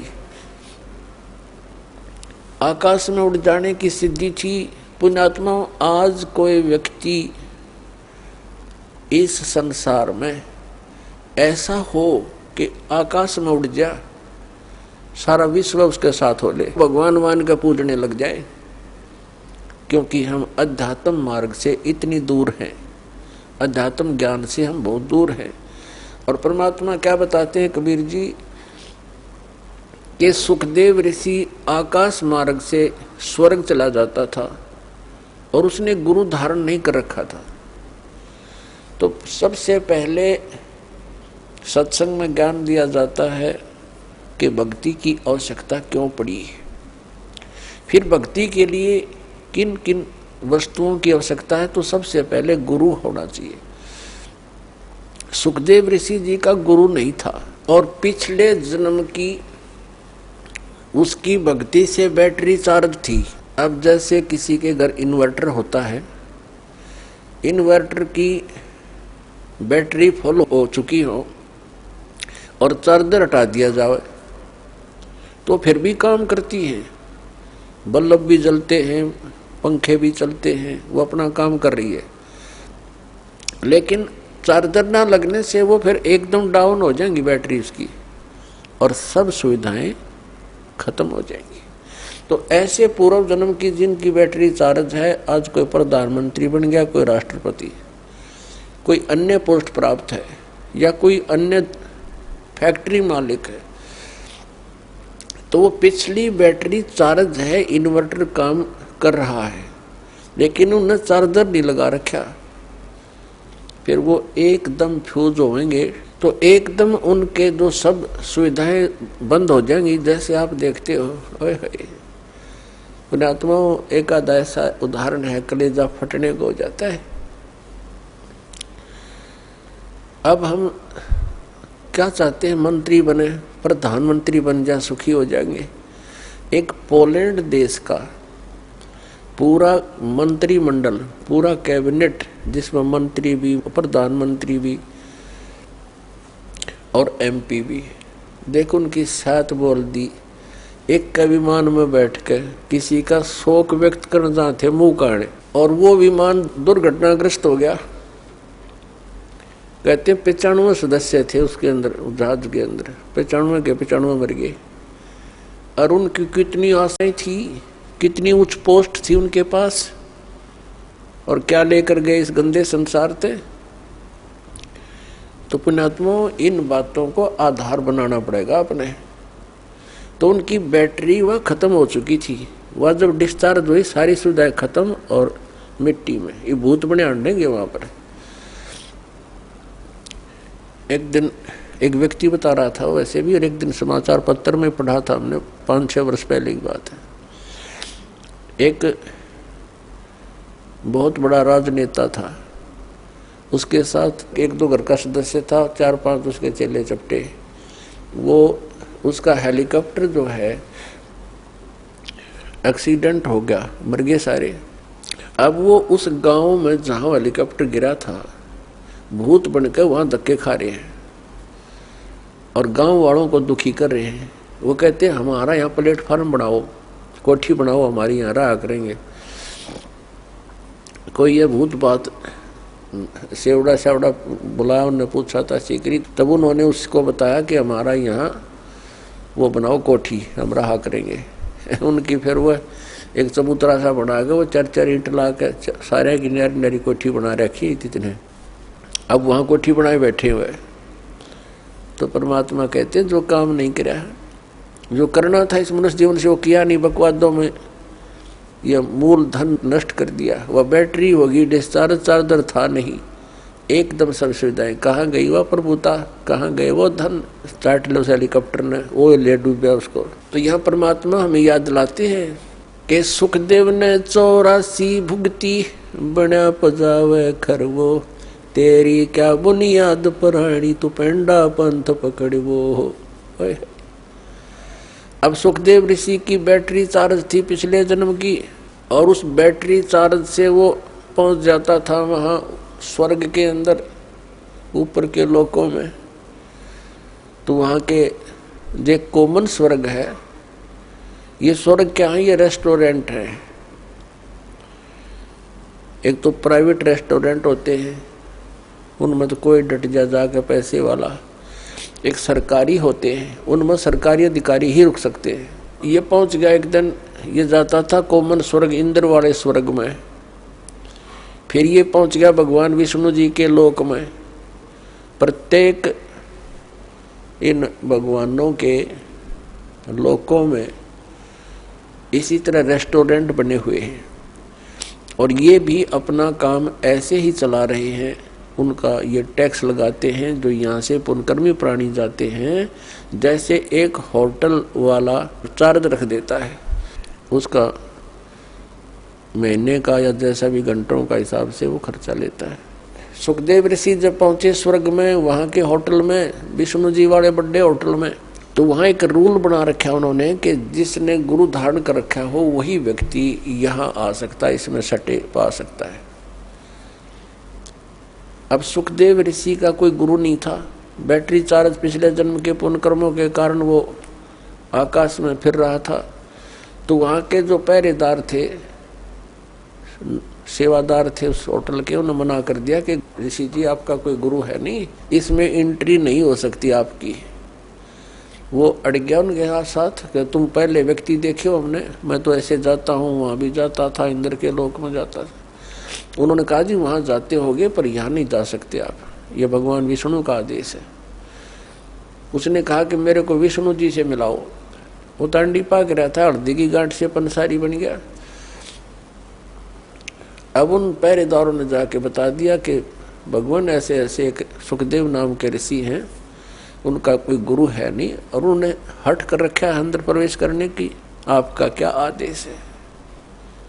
और उसने ये कहा कि मुझे भगवान विष्णु से मिलाओ। भगवान विष्णु आए बाहर। अब ऋषि ने तो ये सोचा था सुखदेव जी ने कि मुझे देखकर जैसे इंद्र दौड़ा आता था ऐसे सीने से लगाएगा कि वाह बड़ी भक्ति कर रखे, यहाँ पहुँच गए। लेकिन मर्यादा बहुत बड़ी चीज होती है भक्ति मार्ग में। तो विष्णु जी ने उनको सीधे मुंह बात नहीं की और कहा यहाँ कैसे आए ऋषि जी। पुण्यात्माओं, जो व्यक्ति किसी के पास कोई उद्देश्य लेकर जाता है और वो ये सोच कर जाए कि मुझे बहुत सत्कार मिलेगा, और जाते उसको सीधे मुंह बात ना की जाए तो वो समझ जाता है कि बात बिगड़ गई। आधी तो उसकी भांग वहीं उतर गई जब भगवान ने नो पूछा तू यहाँ किस लिए आया। तब उसने कहा जी मैं उस दिन यहाँ व्यतीत करना चाहता हूँ आपके रेस्टोरेंट में, इस स्वर्ग में। तो विष्णु जी को पता तो था ही। फिर उन पार्षदों से पूछा, सेवादारों भाई तुमने क्यों नहीं एंट्री होने दी ऋषि जी की। तो सेवादारों ने बताया जी इनका गुरु नहीं है। तो भगवान ने कहा सुखदेव आप जा सकते हैं, बगैर गुरु वाले व्यक्ति को हम इसमें प्रवेश नहीं होने देते, आप जाइए। अब ऋषि जी ने कहा कि भगवान इस पृथ्वी के ऊपर मेरे समान कोई ऐसा है नहीं, मेरे जैसा कोई सिद्धि युक्त, मैं किसको गुरु बनाऊं। तो भगवान श्री विष्णु जी ने कहा कि सुखदेव ये भी तेरी भूल है, ये तेरा अभिमान बोल रहा है, तेरा अज्ञान बोल रहा है। आप जाइए राजा जनक से उपदेश लीजिए। राजा जनक कौन? जो सीता जी के पिता थे। कई कहते हैं कि गुरु जो है ब्रह्मचारी होना चाहिए, तो वो भी उनकी भूल है उन व्यक्तियों की। अपने आत्माओं परमात्मा के विधान से अपरिचित व्यक्ति इस तरह की अटकलबाजी करता रहता है। तो इन सब प्रमाणों से हमें सिद्ध होगा कि गुरु कैसा होना चाहिए, शिष्य के क्या लक्षण होने चाहिए, कैसे उसमें गुण होने चाहिए, और गुरु जी के अंदर कैसे लक्षण होने चाहिए। अब सुखदेव ऋषि बाल ब्रह्मचारी और साधु संत ऋषि और राजा जनक गृहस्थी, उसने ब्याह करवा रखे गणे, क्योंकि राजा था। अब वहां तो वो बोल नहीं सका भगवान विष्णु के सामने, तो वापस आ गया। वापस आया तो वहां अन्य ऋषियों के पास जैसे पहले खूब छाती खोल कर जाया करता था, उधर न्यू जावा मुंह लटकाए। उन्होंने पूछा, ऋषि जी ऐसी क्या घटना घट गई, बहुत दुखी से नजर आते हो। तो उसने सारी कहानी बता दी कि मैं विष्णु जी के लोक में गया था और भगवान ने मुझे वहां रहने नहीं दिया। तो उन्होंने अन्य ऋषि देवों ने पूछा कि ऐसी बात नहीं हो सकती, भगवान विष्णु तो बहुत प्यार करते हैं, बहुत अच्छे भगवान हैं, कोई बात और गड़बड़ी पावेगी, कुछ और गलती कर रखी होगी आपने। तब उसने बताया कि मैंने गुरु धारण नहीं कर रखा, भगवान ने या कंडीशन रख रखी है कि जिसका गुरु होगा वही स्वर्ग में रह सकता है, विष्णु जी के स्वर्ग में। तब अन्य जितने भी देव ऋषि थे उन्होंने कहा, ऋषि जी आप तो बहुत भारी भूल किए बैठे हो, हमने तो ये सोचा था आपने कोई गुरु बना रखा होगा, आपने बहुत भारी गलती कर रखी है, बिना गुरु के फिर रहे हो, आपने जीवन नाश कर दिया। अब वहां उसने फिर बताया कि भगवान ने मेरे सामने एक समस्या और पैदा कर दी। क्या पैदा कर दी? कि कहा है कि राजा जनक से नाम लो, तो वो क्या कहता है कि राजा जनक गृहस्थी बाई और कैसे शीश नवाऊं जाई। वो एक गृहस्थी में बाल ब्रह्मचारी, और कैसे नमस्कार करूंगा मैं उसको, मेरी तन इज्जत का नाश हो जाएगा। अब ये मान बढ़ाई और इज्जत यह भी भक्ति का एक दुश्मन है। परमात्मा कहते हैं राज तजना सहज है और सहज त्रिया का ने, मान बढ़ाई ईर्षा, ये दुर्लभ तजना ये, और इनके तजे बिना भगवान नहीं मिला, चाहे कितनी बकवाद कर ले।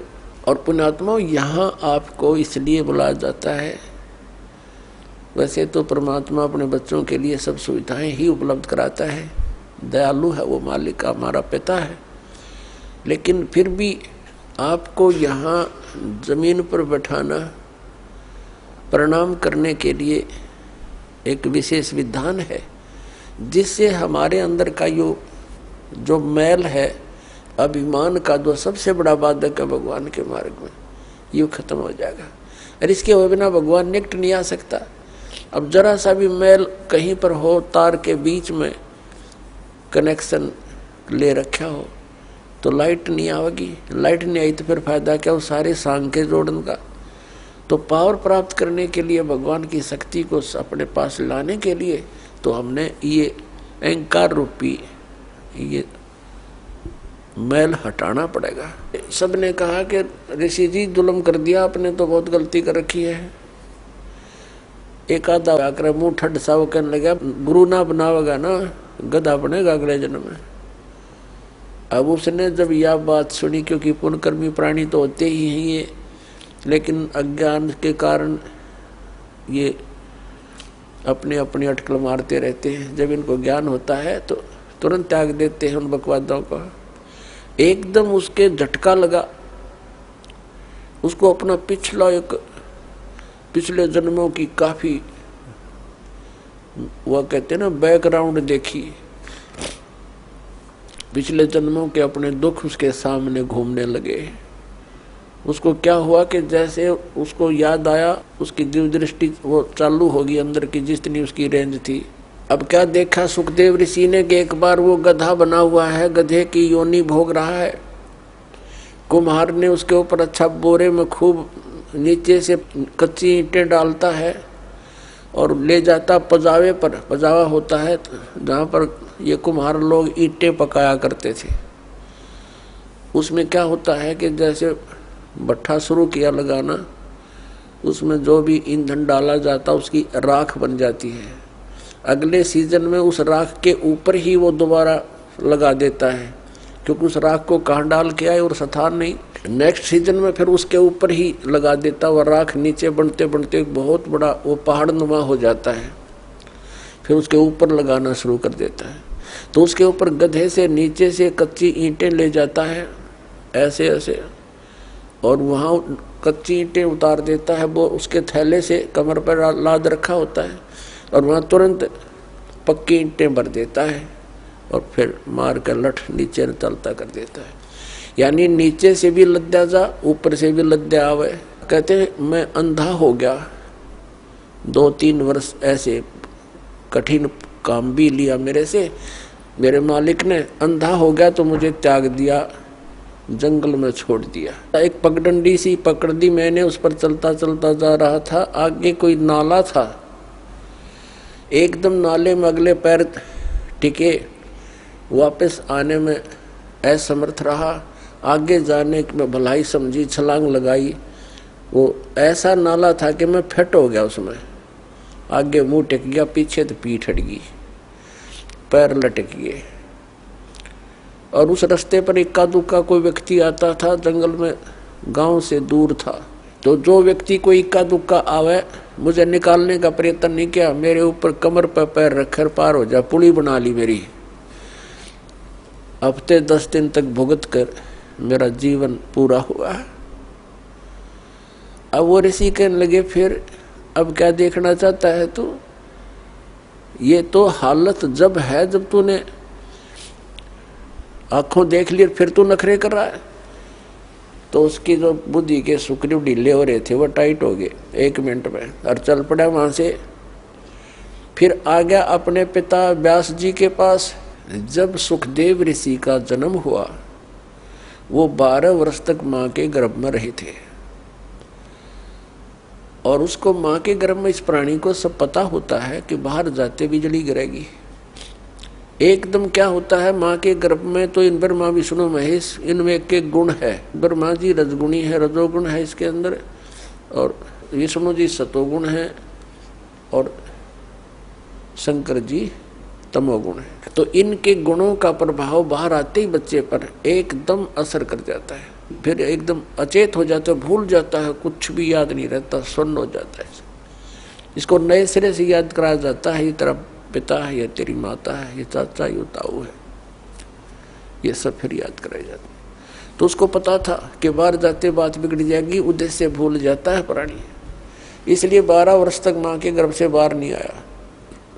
ब्रह्मा विष्णु महेश तीनों उपस्थित हुए कि भाई सुखदेव बाहर आ जा। ऐसे तो हमारा तूने सारा कर्म बिगाड़ दिया। अब 12-12 वर्ष तक माताएं बच्चे को गर्भ में रखेंगी, ये तो एक आदत सी पड़ जाएगी सबको। ये तो 9 महीने में दुखी हो जाती हैं, इतने दिन कैसे रखेंगे? तू बाहर आ भाई, ये हमारी परंपरा खराब मत करे। सुखदेव ने कंडीशन रख दी, एक शर्त रख दी कि बाहर जब आऊँगा तुम अपनी इस त्रिगुणमयी माया को रोक लो। ये कहने लगे भाई देखो, हम इसको रोकने में इतने सक्षम नहीं है, हम रोक नहीं सकते, लेकिन सेकंड के भी कुछ अंश के लिए हम अपना कुछ कंट्रोल कर सकते हैं ना, ये प्रवाह हमसे नहीं रुकता। सुखदेव ऋषि ने कहा कि तुम एक बार रोक दो थोड़ी सी देर। तो कहते हैं सेकंड के भी कुछ अंश में ही वो रोक पाए थे, तभी वो माँ के गर्भ से बाहर आ गया। और उसको चेतना रही कि भक्ति ना करने से जीवन नष्ट हो जाता है। माँ के गर्भ में ये याद रहती है कि मनुष्य जीवन परमात्मा प्राप्ति के लिए प्राप्त होता है। अब उसने सारा कुछ कर लिया। माँ के गर्भ से बाहर आते ही अपनी और नाल को, जो सुंडी से लटकी होती है, माँ की नाभि से कनेक्शन होता, जेर सी, उसने अपने कंधे पर डाल के और उठ कर चल पड़ा। व्यास जी ने आवाज लगाई, अरे पुत्र, मेरे बेटा कहाँ चले। अपने आत्मा पुत्र का मोह बहुत खतरनाक होता है, बहुत प्रबल होता है। पुत्र मोह में ऋषि जी बार बार पुकार रहे हैं, बेटा एक बार दर्शन तो दे दे, अरे एक बार शकल तो दिखा दे, 12 वर्ष बाट देखी तेरी, अरे 12 वर्ष तक इंतजार करी पुत्र की, दर्शन करूंगा। ये पीछे से बात कर रहा है चलता चलता कि ऋषि जी ना जाने कितनी बार तू मेरा बाप बन लिया, ना जाने कितनी बार मैं तेरा बाप बन लिया। ये तो बुरी बीमारी है, मुझे इसमें मत फंसा। और यहाँ कबीर साहब ने कहा, उसने क्या कहा, ऋषि जी ने, सुखदेव ऋषि ने क्या कहा कि एक लेवा एक देवा दूतम, और कोई किसी का पिता नहीं पूतम। ये तो ऋण संबंध जुड़ा एक ठाठा, अंत समय सब 12 बाटा। ये तो एक दूसरे का लेन देन उलझ रहा है, कोई किसी का बाप नहीं, कोई किसी का पुत्र नहीं। जिसके जितने संस्कार वो अपने पूरे करके यहाँ से चले जाएंगे, फिर कोई गधा बनेगा, कोई कुत्ता बनेगा, कोई मनुष्य बन जाएगा। ये फिर परिवार ऐसा नहीं होगा। और इसका उद्देश्य भक्ति करने का है। और मैं तेरे दर्शन करूं नहीं पिताजी, मेरे मोह जाग गया तो मैं फिर भक्ति से वंचित हो जाऊंगा। यूं कहकर आकाश में उड़ गया। जब तो वो चला गया, उसके बाद फिर आया, जब युवा हो लिया, फिर वापस आया अपने पिताजी के पास के बड़े विद्वान पुरुष हैं, उनसे सलाह लेता हूँ। व्यास जी ने कहा, आ गया पुत्र? क्या आ गया पिताजी? अच्छा बेटा, बड़ा कोई बात नहीं, अब आ गया। सुबह का बोला, शाम को आ जाए तो कोई दिक्कत नहीं, आ जाओ मेरे पास रहो बेटा। तब उसने कहा, सुखदेव ऋषि ने कहा कि पिताजी मेरे सामने एक समस्या खड़ी हो गई, एक प्रॉब्लम भारी है। सारी कहानी बताई, मैं ऐसे ऐसे विष्णु जी के लोक में गया था, उन्होंने वहाँ रहने से मना कर दिया क्योंकि मैंने गुरु नहीं बना रखा। पुण्यात्माओं, जो परमात्मा के विधान से परिचित प्राणी होते हैं वो एक के सुर में बोला करते हैं। व्यास ऋषि जी का भी माथा ठनका और कहने लगा, अरे बेटा तंदा अपना जीवन नाश किया, मैंने सोचा था चलो सब्र कर लिया था, संतोष कर लिया था मैंने, मेरा बेटा अपना कल्याण करवा लेगा, तने तो नाश कर लिया अपने जीवन का। या क्या सोचा तूने, गुरु नहीं बना रखा? अरे जाएगा कहाँ? तो फिर उसने अपनी वो दूसरी प्रॉब्लम बताई कि भगवान विष्णु ने कहा है कि राजा जनक को मैं गुरु बनाऊं, मैं तो बाल ब्रह्मचारी और वो गृहस्थी, मैं कैसे, मैं तो शर्म आओ पिताजी, कैसे नमस्ते प्रणाम करूंगा, मुझे दंडवत करनी पड़ेगी। तब ऋषि ने, उसके पिता ने कहा, बेटा यदि भक्ति करना चाहता है और इन दुखों से बचना चाहता है तो ये क्रिया तो बेटा करनी पड़ेगी। यार जब भगवान ने कह दिया, जब परमात्मा का आदेश हो गया, फिर अगर मगर करे तो विद्वान काहे का? तेरी ये 2 दिन की बैटरी चार्ज है, फिर बिरानमेटी होगी तेरी बेटा। तो विद्वान कहा का, तो जीवन नष्ट कर रहा है और मुझे भी कलंकित करेगा। जाकर नाम ले बेटा, जीवन नाश ना करे। तब वो गया राजा जनक के पास। अपने आत्मा राजा जनक के पास जब ऋषि जी पहुंचे, राजा जनक ने अपने सेवकों को, नौकरों से कहा, भाई आसन लगा दो, मैं ऋषि जी आए हैं, आज हमारे भाग्य उदय हो गए, आसन लगा दो, बढ़िया बढ़िया कपड़े लगा दो, फूलों से सजा दो। उन्होंने 1 मिनट में कहते ही कर दी, आसन लगा दिया। तो कहा राजा जनक ने कि ऋषि जी विराजो, बैठो आसन पर। जमीन पर बैठ गया, कहने लगा, मैं आपको गुरु बनाने आया हूं, आसन पर नहीं बैठ सकता। अब राजा जनक का यकीन नहीं हुआ, जचा नहीं ये बात, ये ऋषि तो शरफरे होते हैं, किसी ने कुछ कह तो नहीं दिया इसको, क्योंकि ये श्राप भी दे सकते हैं, ये तो विषैले सर्प भी होते हैं इनके पास, ये श्राप देने की भी एक पावर रखते हैं।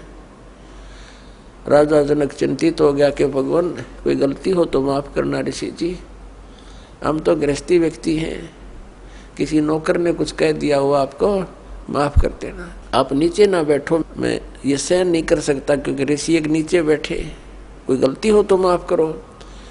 तो कहने लगा नहीं, आज मैं ऊपर नहीं बैठ सकता क्योंकि मैं आपको गुरु बनाने आया हूँ। उसने सारी कहानी सुना दी, ऐसे ऐसे मैं विष्णु लोक में गया था और भगवान का आदेश है मैं आपको गुरु बनाने आया हूँ। एक बार तो यकीन हुआ नहीं राजा जनक को, फिर भगवान विष्णु का उसने जो साथ में संपट ला दिया, फिर वो मान गए कहाँ भी ये नाम लेने आया। लेकिन दीक्षा देने से पहले शिष्य की थोड़ी बहुत कुछ उसको सेट करना पड़ता है। जैसे अब दास आपको ज्ञान देता है, पूरा विधान बताता है, जो समझदार भक्त आते हैं, प्रथम बार आते हैं, तो इस ज्ञान से प्रभावित होकर वो इस दास को एक संत मानकर नाम लेते हैं और फिर विश्वास दृढ़ता से उस पर लगते हैं, तो लाभ मिलता है। नाम भी ले लें, विश्वास गुरु पर होता नहीं तो उसको लाभ नहीं हुआ करता। अध्यात्म मार्ग को बच्चों का खेल नहीं है। तो राजा जनक ने कहा जी सुबह नाम दूंगा स्नान करके, आप रात को रेस्ट करो। अब कहने का भाव ये है, राजा जनक ने एक अलग कक्ष में उसकी व्यवस्था कर दी ऋषि जी के रुकने की, और वहां पर एक नौकरानी, एक औरत की बहन की सेवा लगा दी, तो ऋषि की सेवा कर, उसको सारा समझा दिया लड़की को कि ऐसे ऐसे इसकी परीक्षा करना। ऋषि जी बैठे थे अपने बेड पर, लड़की अंदर गई और उसी के बेड पर बैठ गई चरणों की तरफ। ऋषि जी ने पैर मोड़ दिए, वो और आगे नहीं तो ऋषि जी बैठ गए, और उसके निकट जाना चाहा तो ऋषि जी बेड छोड़कर खड़े हो गए कोने में। कहने लगे माई बहन आप क्या कर रहे हो, साधु संतों के हाथ नहीं लगाते, बिस्तर पर नहीं बैठते, आप क्यों मर्यादा भंग कर रहे हो, आप जा सकते हो। वह लड़की आ गई, राजा जनक ने पूछा तो उसने सारी कहानी बता दी। जी एक नंबर के महात्मा है, तो टच भी नहीं होने दिया मुझे और खड़े हो गए, ये शब्द बोले ऋषि। तो ठीक है, अपने आत्माओं परमात्मा ये कहते हैं कि गोरख से ज्ञानी गणे और सुखदेव जति जहान और सीता सी बहु भारिया संत दूर स्थान। ऐसे जति भी था, ऐसा दृढ़ विश्वासी भी था, संयमी भी था, लेकिन नाम बिना कति खाली खोखा था। अब गुरु बिना और यथार्थ भक्ति के बिना खाली खोखा है ये मनुष्य का शरीर, वो वेल विदाउट वाटर। तो सुबह राजा जनक ने क्या किया कि इसकी फड़क निकाल दूं, यूनो कहता राजा जनक गृहस्थी भाई और मैं बाल ब्रह्मचारी, मैंने स्त्री का मुख नहीं देखा। सुखदेव बोले ज्ञान विवेक का, हमने कदे स्त्री का मुंह नहीं देखा। राजा जनक गृहस्थी भाई कैसे ऐसी सिनेमा जाई। तो राजा जनक ने बुला लिया कि ऋषि जी को बुला लाओ। ऋषि जी बैठ गए, नीचे बैठ के, नीचे आसन लगवा दिया जैसा भी उसका, नीचे बैठ गए जमीन पर, कोई दरी दूरी बिछवा दी, और साथ में ही थोड़ी सी दूरी पर नौकरों से कहा राजा जनक ने कि भाई गर्म पानी करो। वो समझा रखे थे कि अच्छा भट्ट बाढ़ दो, इसमें पूरा चूल्हा लगा के ऊपर रख दिया एक कढ़ाई, पानी गर्म करने की कढ़ाई रख दी, और साथ में नहाने के लिए एक पाटड़ा बिछा लिया, जैसे पटड़ी होती है, पहले बड़े बड़े पाटड़े होते थे, पूरा 3 बाई 3 का लकड़ी के पटड़े बनाए होते थे, उन पर बैठकर स्नान किया करते थे। राजा जनक ने वहाँ वो पाटड़ा उस उबलते हुए जल के उस कढ़ाई के साथ में लगवा लिया, और अपनी जो 10,000 रानियां बताते हैं राजा जनक, उसमें से जो उनकी मुख्य रानी थी, पटरानी बोलते हैं, उससे कहा मुझे स्नान कराओ। अब वो स्नान करने के लिए बैठ गया, उसकी पत्नी उस उबलते हुए जल से नो उबाल रखा, जैसे गुलगुले उतारा करें, जलेबी उतारा करें जब उबाला करें घी को, तो उस उबलते हुए पानी से लोटा भरे वह पटरानी राजा जनक के चोटी में डाला है, रात से मसला अनुसार। और वो सुखदेव ऋषि नो हुआ पाछे ने जलेगा भी हो, वह लोटा गिरा और पाछे ने सरके जल गया।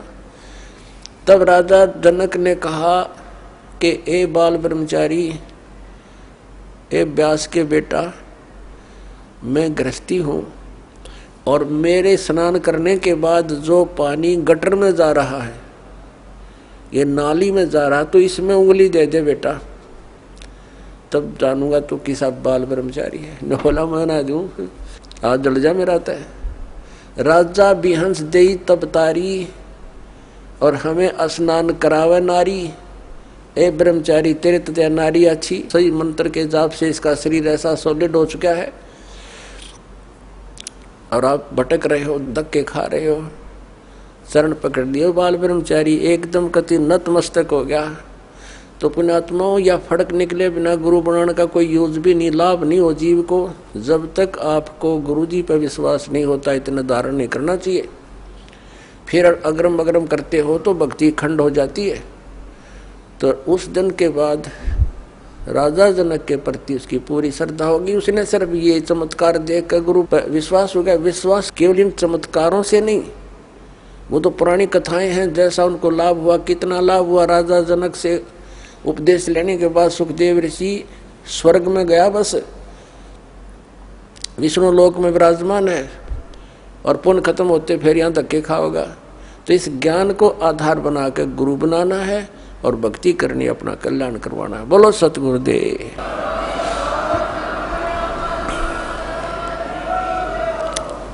आइए अब हम उन श्रद्धालुओं के अनुभव जानते हैं जो जगत गुरु तत्वदर्शी संत रामपाल जी महाराज जी से दीक्षा प्राप्त कर चुके हैं तथा उनके द्वारा बताए गए भक्ति मार्ग पर चल रहे हैं।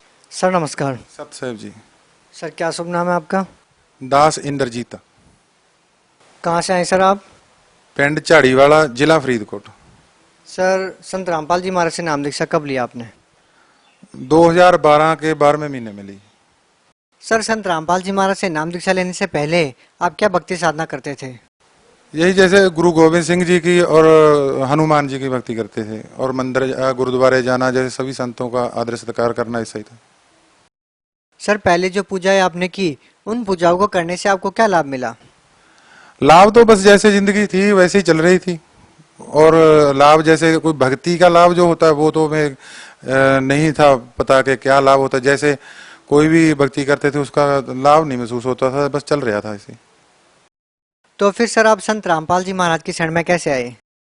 रामपाल जी महाराज की शरण में ऐसे है कि मैं नशा, दारू वगैरह सब खाते पीते, मांस भी खाते थे। तो पहले बॉडी बिल्डिंग करते थे, जूडो खेलते थे, इसके कारण मांस अंडा सारा खाते पीते थे। तो मैं दारू पीकर मैं टीवी देखने का शौकीन था। खेत से आया पानी लगा के, तो साधना चैनल पे चल रहा था गुरुजी का, संत रामपाल जी महाराज के सत्संग चल रहे थे। मैंने सोचा कोई पंडित, जैसे पुराने पंडित होते हैं वो दिखाते हैं वेद खोल के, मैंने कहा ये पंडित है, ये हैं कोई, तो चलो देखते हैं। मुझे संतों का सत्संग सुनने का शौक था थोड़ा बहुत, तो मैंने वो सुना, देखा। मैंने देखा वो भगवद गीता में दिखा रहे हैं जो भी ज्ञान है, और अपना बाला मर्दाना की साखी में वो मैं हर रोज देखने लगा। फिर 3 घंटे का प्रोग्राम आता, वो भी देखने लगा। देखते देखते उसके बाद ज्ञान गंगा किताब मंगाई, मैंने वो भी पढ़ी। उसके बाद सत्संग सुनने के बाद मुझे ये तो मालूम हो गया कि ये संत हैं और इनके पास ज्ञान भी सही है, और सारी बात जो हम सिख समाज से सुनते थे या सारा कुछ उससे हटके है और ग्रंथों के हिसाब से है।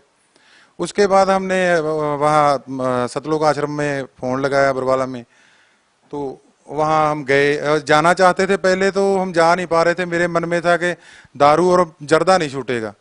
उसके बाद मेरे मन में बैठे बैठे प्रेरणा आई कि हर रोज मैं जाना चाहता हूँ, काम रुक जाता है, तो मैं जर्दा और दारू नहीं छूटेगा, तो अगर छुटवाना तो रामपाल जी छुटवाएंगे। तो मैंने बैठे बैठे प्रेरणा हुई, तो रात को ही मेरे को गुरुजी आ गए रामपाल जी, और उन्होंने ऐसे 2 उंगलियां की, यहाँ से दबाया और पसीना पसीना कर दिया। मेरे घर के भी अगवा हैं इस बात के, कोई ऐसे मन से बनाई हो बात, घर वाले बच्चे सबको मालूम है, सबके सामने बात। वो दबाने से पसीना पसीना हो, और जाने वाले जाते जाते कह गए गुरुजी कि बेटा अब आना, मैं तेरे को नाम दूंगा। जो तेरे अंदर से वो मांग रहे थे, जैसे अपने कीटाणु या कुछ भी कह सकते हैं अपन डॉक्टरी भाषा में, वो जो मांग रहे थे विकार तेरे अंदर से, वो मैं सारे निकाल चला हूँ, वहाँ पे नाम लेना। फिर यहाँ से मैं सब सुबह चाचे के लड़के को बोला कि चलो चलें वहाँ पे, मेरे काम में रुकावट नहीं कोई। हम चले गए सतलोक आश्रम बरवाला में, नाम लिया। वहाँ पे जाके वहाँ का देखा माहौल, तो वहाँ तो परमात्मा है, खुद आए बैठे हैं, वहाँ का तो बात ही अलग है। सर जब आप सतलोक आश्रम बरवाला में संत रामपाल जी महाराज से नाम दीक्षा लेने के लिए गए, तो सर आपने कितनी फीस दी वहाँ पे नाम दीक्षा लेने के लिए? फीस तो भगत जी ऐसा है, फीस जो हमसे उन्होंने ली, हमारी दारू मांस विकार जो भी बुराई थी वो सारी उन्होंने ले ली फीस के बदले में।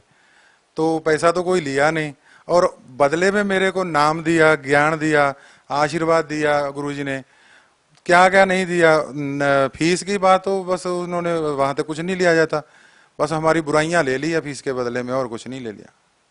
सर संत रामपाल जी महाराज से नाम दीक्षा लेने के लिए कुछ नियमों का पालन करना होता है, सर वो नियम कौन कौन से हैं? नियम तो बहुत बढ़िया है, जैसे शादी में दहेज नहीं लेना ना देना है, और पराई बहन बेटी को अपने बहन बेटी के समान देखना है, जैसे दारू मांस और ब्याज नहीं लेना है, जैसे किसी को बुरा नहीं बोलना, गाली नहीं निकालना, कि अपना भाई बहन से तरह रहना है, और आन उपासना कच्ची पूजा नहीं करनी है, जो ग्रंथ भी मना करते हैं, भगवत गीता भी मना करती है, वही गुरुजी मना करते हैं, ग्रंथों में से नियम है सारे, वो तो बहुत अच्छी बात है। सर संत रामपाल जी महाराज की शरण में आने के बाद आपको क्या लाभ मिले? लाभ तो भक्त जी एक आध हो तो बताएं, लाभ तो बहुत है। जैसे गुरुजी नाम देते हैं, हमारे गुरु ग्रंथ साहिब में लिखा हुआ है कि घर में घर दिखाए दे सतगुर पुरुष सुजान, पंच शब्द तुन कार तुन बाजे शब्द निशान, कि जो पहला जो संत होगा वो इस घर में से, इस शरीर में से वो घर दिखा देगा, सचखंड लोक दिखाएगा, उसको सच्चा पुरुष पूर्ण परमात्मा ये आया जानो, तो उसके निशानी होगी पंच शब्द तुन कार तुन बाजे शब्द, वो जो मंत्र देगा वो धुन होगी कानों में। एक तो कान बंद करके धुन सुनी जाती है, वो नहीं सुननी है, ऑटोमेटिक आती है, ऊपर से आती है, वो गुरुजी के अनुभव है, वो लाभ है मेरे को। मान लो एक लाभ ये है कि प्रकाश दिखाई देते हैं, जो भी जितने भी हैं मूल कमलों के हैं, वो इतना प्रकाश दिखने लगा था, आहिस्ता आहिस्ता बढ़ते ही जा रहे हैं। और जैसे नाम की कमाई आप मोबाइल में देखते हैं, रिचार्ज डलवाने के बाद कितने पैसे रह गए मेरे, नाम की कमाई हर रोज मैं तो चेक कर सकता हूँ, मेरे ऊपर गुरुजी ने ऐसी कृपा करी है कि मेरी नाम की कमाई बढ़ रही है, मेरे को हौसला होता है, मेरे को विश्वास बनता है कि मेरे पूर्ण परमात्मा है, यही है। और भी लाभ हैं, जैसे मेरे पेट में गड़बड़ी थी वो ठीक हो गई। एक बार ऐसा हुआ कि मैं खेत में काम अपने भैंसों के लिए चारा काटने गया था, तो पेट से दर्द जाने को मन नहीं कर रहा था, जा नहीं रहा था, तो नाम लेने के बाद भी मेरे पाप कर्म में मेरे को ये पता चल गया था कि परमात्मा ये रामपाल जी हैं, और नाम भी सही है, मेरे ही को कर्म पाप कर्म है जो नहीं जा रहा, कोई बात नहीं बाद में चला जाएगा। तो मैंने वहां से फोन लगाया खेत से, आश्रम सतलोक बरवाला में, तो वहां भक्तों ने मेरी प्रार्थना लिखी, प्रार्थना का जवाब तो दूसरे दिन के शाम को आना था, उसी टाइम मोबाइल कान में से उतारा ही था, तो मेरे पेट के दर्द गायब, सब गायब। ऐसे होगा शरीर साथ में सुन के जैसे साथ में होता ही नहीं है। तो ऐसे ऐसे लाभ है, लाभ तो हर टाइम गुरुजी नाल ही रहते हैं, वो लाभ तो कम नहीं है, बहुत ज्यादा है। हाँ जी, उसमें एक लाभ ये भी है कि हम दारू जो मांस खाते थे, और एक बात और, हम खुद बना के पीते थे, दारू भी खुद पीते थे और बिना पानी के पीते थे। जब पानी पर डाल के पीता था नशा होता था, बिना पानी के नशा नहीं होता था। और हम बैठ के बनाते थे दारू, कहते थे कि बाबा नानक जी ने बहुत बढ़िया दारू बना दी। तो हमारी ये भी बहुत बड़ी गलती थी कि हम नानक जी को बदनाम करते थे। बाद में जब गुरुजी की शरण में आने के बाद, रामपाल जी की शरण में आने के बाद पता चला कि नानक जी तो दारू वाले को पसंद ही नहीं करते हैं। हम कहते हैं कि नानक जी ने लहर बना दी, तो हम दारू पीते खूब, वो भी छूट गई, और भी आर्थिक स्थिति वो भी सुधर गई, और शरीर के कष्ट भी दूर हो गए। घर से जो क्लेश था वो भी तकरीबन खत्म ही है। कोई 5% तो होगा, वो अपने साथ नहीं होता, जो नाम उपदेश के बिना है घर के वो थोड़ा बहुत कर लेते हैं, लेकिन आनंद से चल रही है जिंदगी। अंदर से जो गुरु नानक देव जी ने कहा है कि हमारे सिख समाज में सुक्खा भी खाया जाता है, दारू भी पी जाती है, हम सारा ही खाते थे, भांग भी पीते थे, सारा कुछ करते थे। वो गुरु ग्रंथ साहब ने, वो गुरु नानक देव जी ने लिख रखा है कि आकत धूरा सुरापान मद उत्तर जाए प्रभात, नाम खमारी नानका चढ़ी रहे दिन रात। वो तो नाम का नशा जो हमारे तालू से ऊपर, तालू के ऊपर से अमृत गिरता है, गुरु नानक देव जी ने कहा, वो रामपाल जी के नाम से वो सारी लहर आ रही है आनंद की, नाम का नशा रहता है। अब ये और सबसे बड़ा लाभ ये है कि गुरु जी से, रामपाल जी से नाम मिल गया, गुरु मिल गए जो दुनिया को नहीं मिल रहा है, जो नाम गुरु चाहिए था, और नाम मिल गया, और इससे बड़ा तो लाभ है ही नहीं कोई, जो रामपाल जी मिल गए, इनसे ऊपर कोई लाभ नहीं है दुनिया का। सर क्या संत रामपाल जी महाराज आपको वही मंत्र छाप देते हैं जो कबीर साहब ने नानक देव जी को दिया था? हाँ जी, वो इसमें कोई दो राय नहीं है। गुरु नानक, हम लोगों को ये बताया जा रहा था आज तक कि गुरु नानक देव जी का कोई गुरु नहीं है, लेकिन गुरु रामपाल जी के नाम लेने के बाद मैंने सत्संग सुना, और उसके बाद मैंने सोचा कि जो ग्रंथों में लिखा हुआ है वो क्या सच है। गुरु ग्रंथ साहब में देखना चाहिए। मेरे को तो वाल कटने के कारण गुरुद्वारे में पढ़ने भी नहीं दिया जाता था ज़्यादा। तो नाम लेने के बाद तो कहते हिंदू हो गया तू। मैंने कहा चलो हिंदू हो गया। अब जब जैसे गुरु रामपाल जी का अपना आश्रम गिराया है, मैंने इन लोगों से पूछा कि रामपाल जी भी हिंदू है और गिराने वाले भी हिंदू हैं, आर्य समाजी। अब बताओ हिंदू हिंदू से क्यों लड़ रहा है, सिख सिख से क्यों लड़ रहा है, इसमें कौन सी बात आ गई। और जो भक्ति की बात आप कर रहे हो, रामपाल जी ने वही दी है जो नानक जी को कबीर साहब ने दी थी। उसमें गुरु ग्रंथ साहब में मैंने फिर 8,500 का मोबाइल लिया खोज करने के लिए। फिर उससे नेट से मैंने डाउनलोड किया मोबाइल पे गुरु ग्रंथ साहब, उसको पढ़ा 5 पेज 10 पेज हर रोज, कम से कम 6-7 महीने में खोज के तौर पे। उसमें मिला के नानक जी कहते हैं कि खोज तो मार्ग पाया साधु सेव करीजिए। मैंने खोज के एक ही मार्ग रास्ता पाया कि साधु संत की सेवा करो। संत चरण धोए धोए पीवा, संत का दर्शन पेख पेख जीवा, संत की मेरे मन में आस। ते संत हमारा रख्या पर्दा, वो संत रामपाल जी महाराज है। और साधु माई बाप हैं, साधु भाई बंद, साध मिलावे राम से काटे जम के फंद। अनेकों जगह पे गुरु नानक देव जी का गुरु ये कहते थे कि पहले हमारे समाज में कहा जाता नहीं है, लेकिन गुरु ग्रंथ साहब में सैकड़ों जगह पे लिखा है गुरु नानक देव जी का गुरु है। वो कहते हैं नानक को गुरु दिया नाम, संत की टहल संत का काम। वो वाणी में लिखा हुआ है कि गुरु नानक देव जी को नाम दिया, नानक को गुरु दिया नाम, गुरु ने नाम दिया, संत की टहल संत का काम। पूरे संत की टहल सेवा करने से नाम उनको मिला। सर भक्ति करने के लिए गुरु बनाना क्यों आवश्यक है? गुरु के बगैर जैसे अपा बच्चा लगाए स्कूल में पढ़ाने के लिए, वहां पे सभी पुस्तकों को रख दें, उसको मत्था टेक टेक के वापस चले आए, तो वहां टीचर नहीं जब तक, तो उनको ज्ञान कहाँ से होगा। ये ग्रंथ जितने भी है ये पढ़ने के लिए, ज्ञान लेने के लिए है। ज्ञान देने वाला पूरा गुरु ही आता है। गुरु ग्रंथ साहब में भी लिखा है पूरा गुरु आराध्य पूरा जाका नाव, पूरा गुरु आराधना चाहिए। और जैसे ग्रंथों को अकेला अपने को तो मालूम ही नहीं है क्या लिखा हुआ, पूरा संत बताता। अगर गुरु की जरूरत नहीं है तो इतने जो संत घूम रहे हैं उनकी क्या जरूरत पड़ गई। फिर हम लोग अकेला ग्रंथों को ही मानेंगे, फिर दूसरे संतों को भी मानने की जरूरत नहीं है, जो पाठी ग्रंथी या पंडित जो जितने बड़े। गुरु तो जरूरत है, गुरु के बगैर तो मुक्ति हो ही नहीं सकती है, क्योंकि पता ही नहीं लगेगा ग्रंथों में लिखा क्या है। जैसे बच्चों को अपन सारा सिलेबस एक जगह पे स्कूल में रख दें तो मत्था टेक टेक के वापस चले आए, टीचर के बगैर उनको कैसे पता चलेगा कि इसमें लिखा क्या है। सर संत रामपाल जी महाराज के बारे में ये भी कहा जाता है कि वो अन्य सभी धर्मगुरुओं की निंदा करते हैं। सर आप क्या कहना चाहेंगे? निंदा तो वो करते ही हैं, जब सच्ची बात कहेंगे तो निंदक तो कहेंगे ही। कबीर साहब आए, उन्होंने सच्ची बात कही तो वो निंदक कहलाए। गुरु नानक देव जी आए, उन्होंने सच्ची बात कही, उनको चक्कियां चलवाइयां, उनको पत्थर मारे गए, उनको भी निंदा करे। नानक जी लिखते हैं खुद गुरु ग्रंथ साहब में, कोई आखे भूतना, कोई कहे चंडाल, कोई कुछ कहे, कहता मैं तो नानक बेचारा भया दीवाना शाह का, नानक बेचारा मैं तो शाह का परमात्मा का दीवाना हूँ। ऐसे ही गुरु रामपाल जी भी सच्ची बात बताते हैं। जब भगवद गीता में मना कर रखा है कि भूत पूजोगे तो भूत बनोगे, देवी देवताओं को पूजा देवी देवताओं को जाओगे, परमात्मा के पुजारी परमात्मा को जाए, तो ये सारे संत मटी मसाणी सब पूजा करवाते हैं। हमारे घर में भी अमृत छके हुए हम लोग मटियाँ पूज रहे हैं। सारा कुछ जो गुरु ग्रंथ साहब में भी मना कर रखा है कि ये आन उपासना नहीं करनी है, तो वो सारी करते हैं। हम गुरुओं की मानते कहाँ पे हैं। जैसे घर में गुरु ग्रंथ साहब लेकर आते हैं, शादी ब्याह में एक तरफ तो पाठ खुला होता है, दूसरे कमरे में हम दारू और माँ चला रहे हैं, क्या वो गुरु ग्रंथ साहब की हम निंदा जहाँ वो नहीं कर सकते? वो निंदा तो दिखाई नहीं दे रही। जो सच्ची बात गुरु जी कह रहे हैं वो निंदा दिखाई दे रही है। हमारे घर में चलो कितने सैकड़े दिखा दूं शादियों में जहाँ ऐसे ही दारू भी चल रही है और गुरु ग्रंथ साहब का पाठ भी चल रहा है। हम तो गुरु ग्रंथ साहब की बहुत बड़ी निंदा कर रहे हैं, हम गुरु ग्रंथ साहब का बेअदबी कर रहे हैं, हम जानबूझकर कर रहे हैं उसको, तो वो तो हमें दिख नहीं रही, वो तो हमारे लिए पाप है।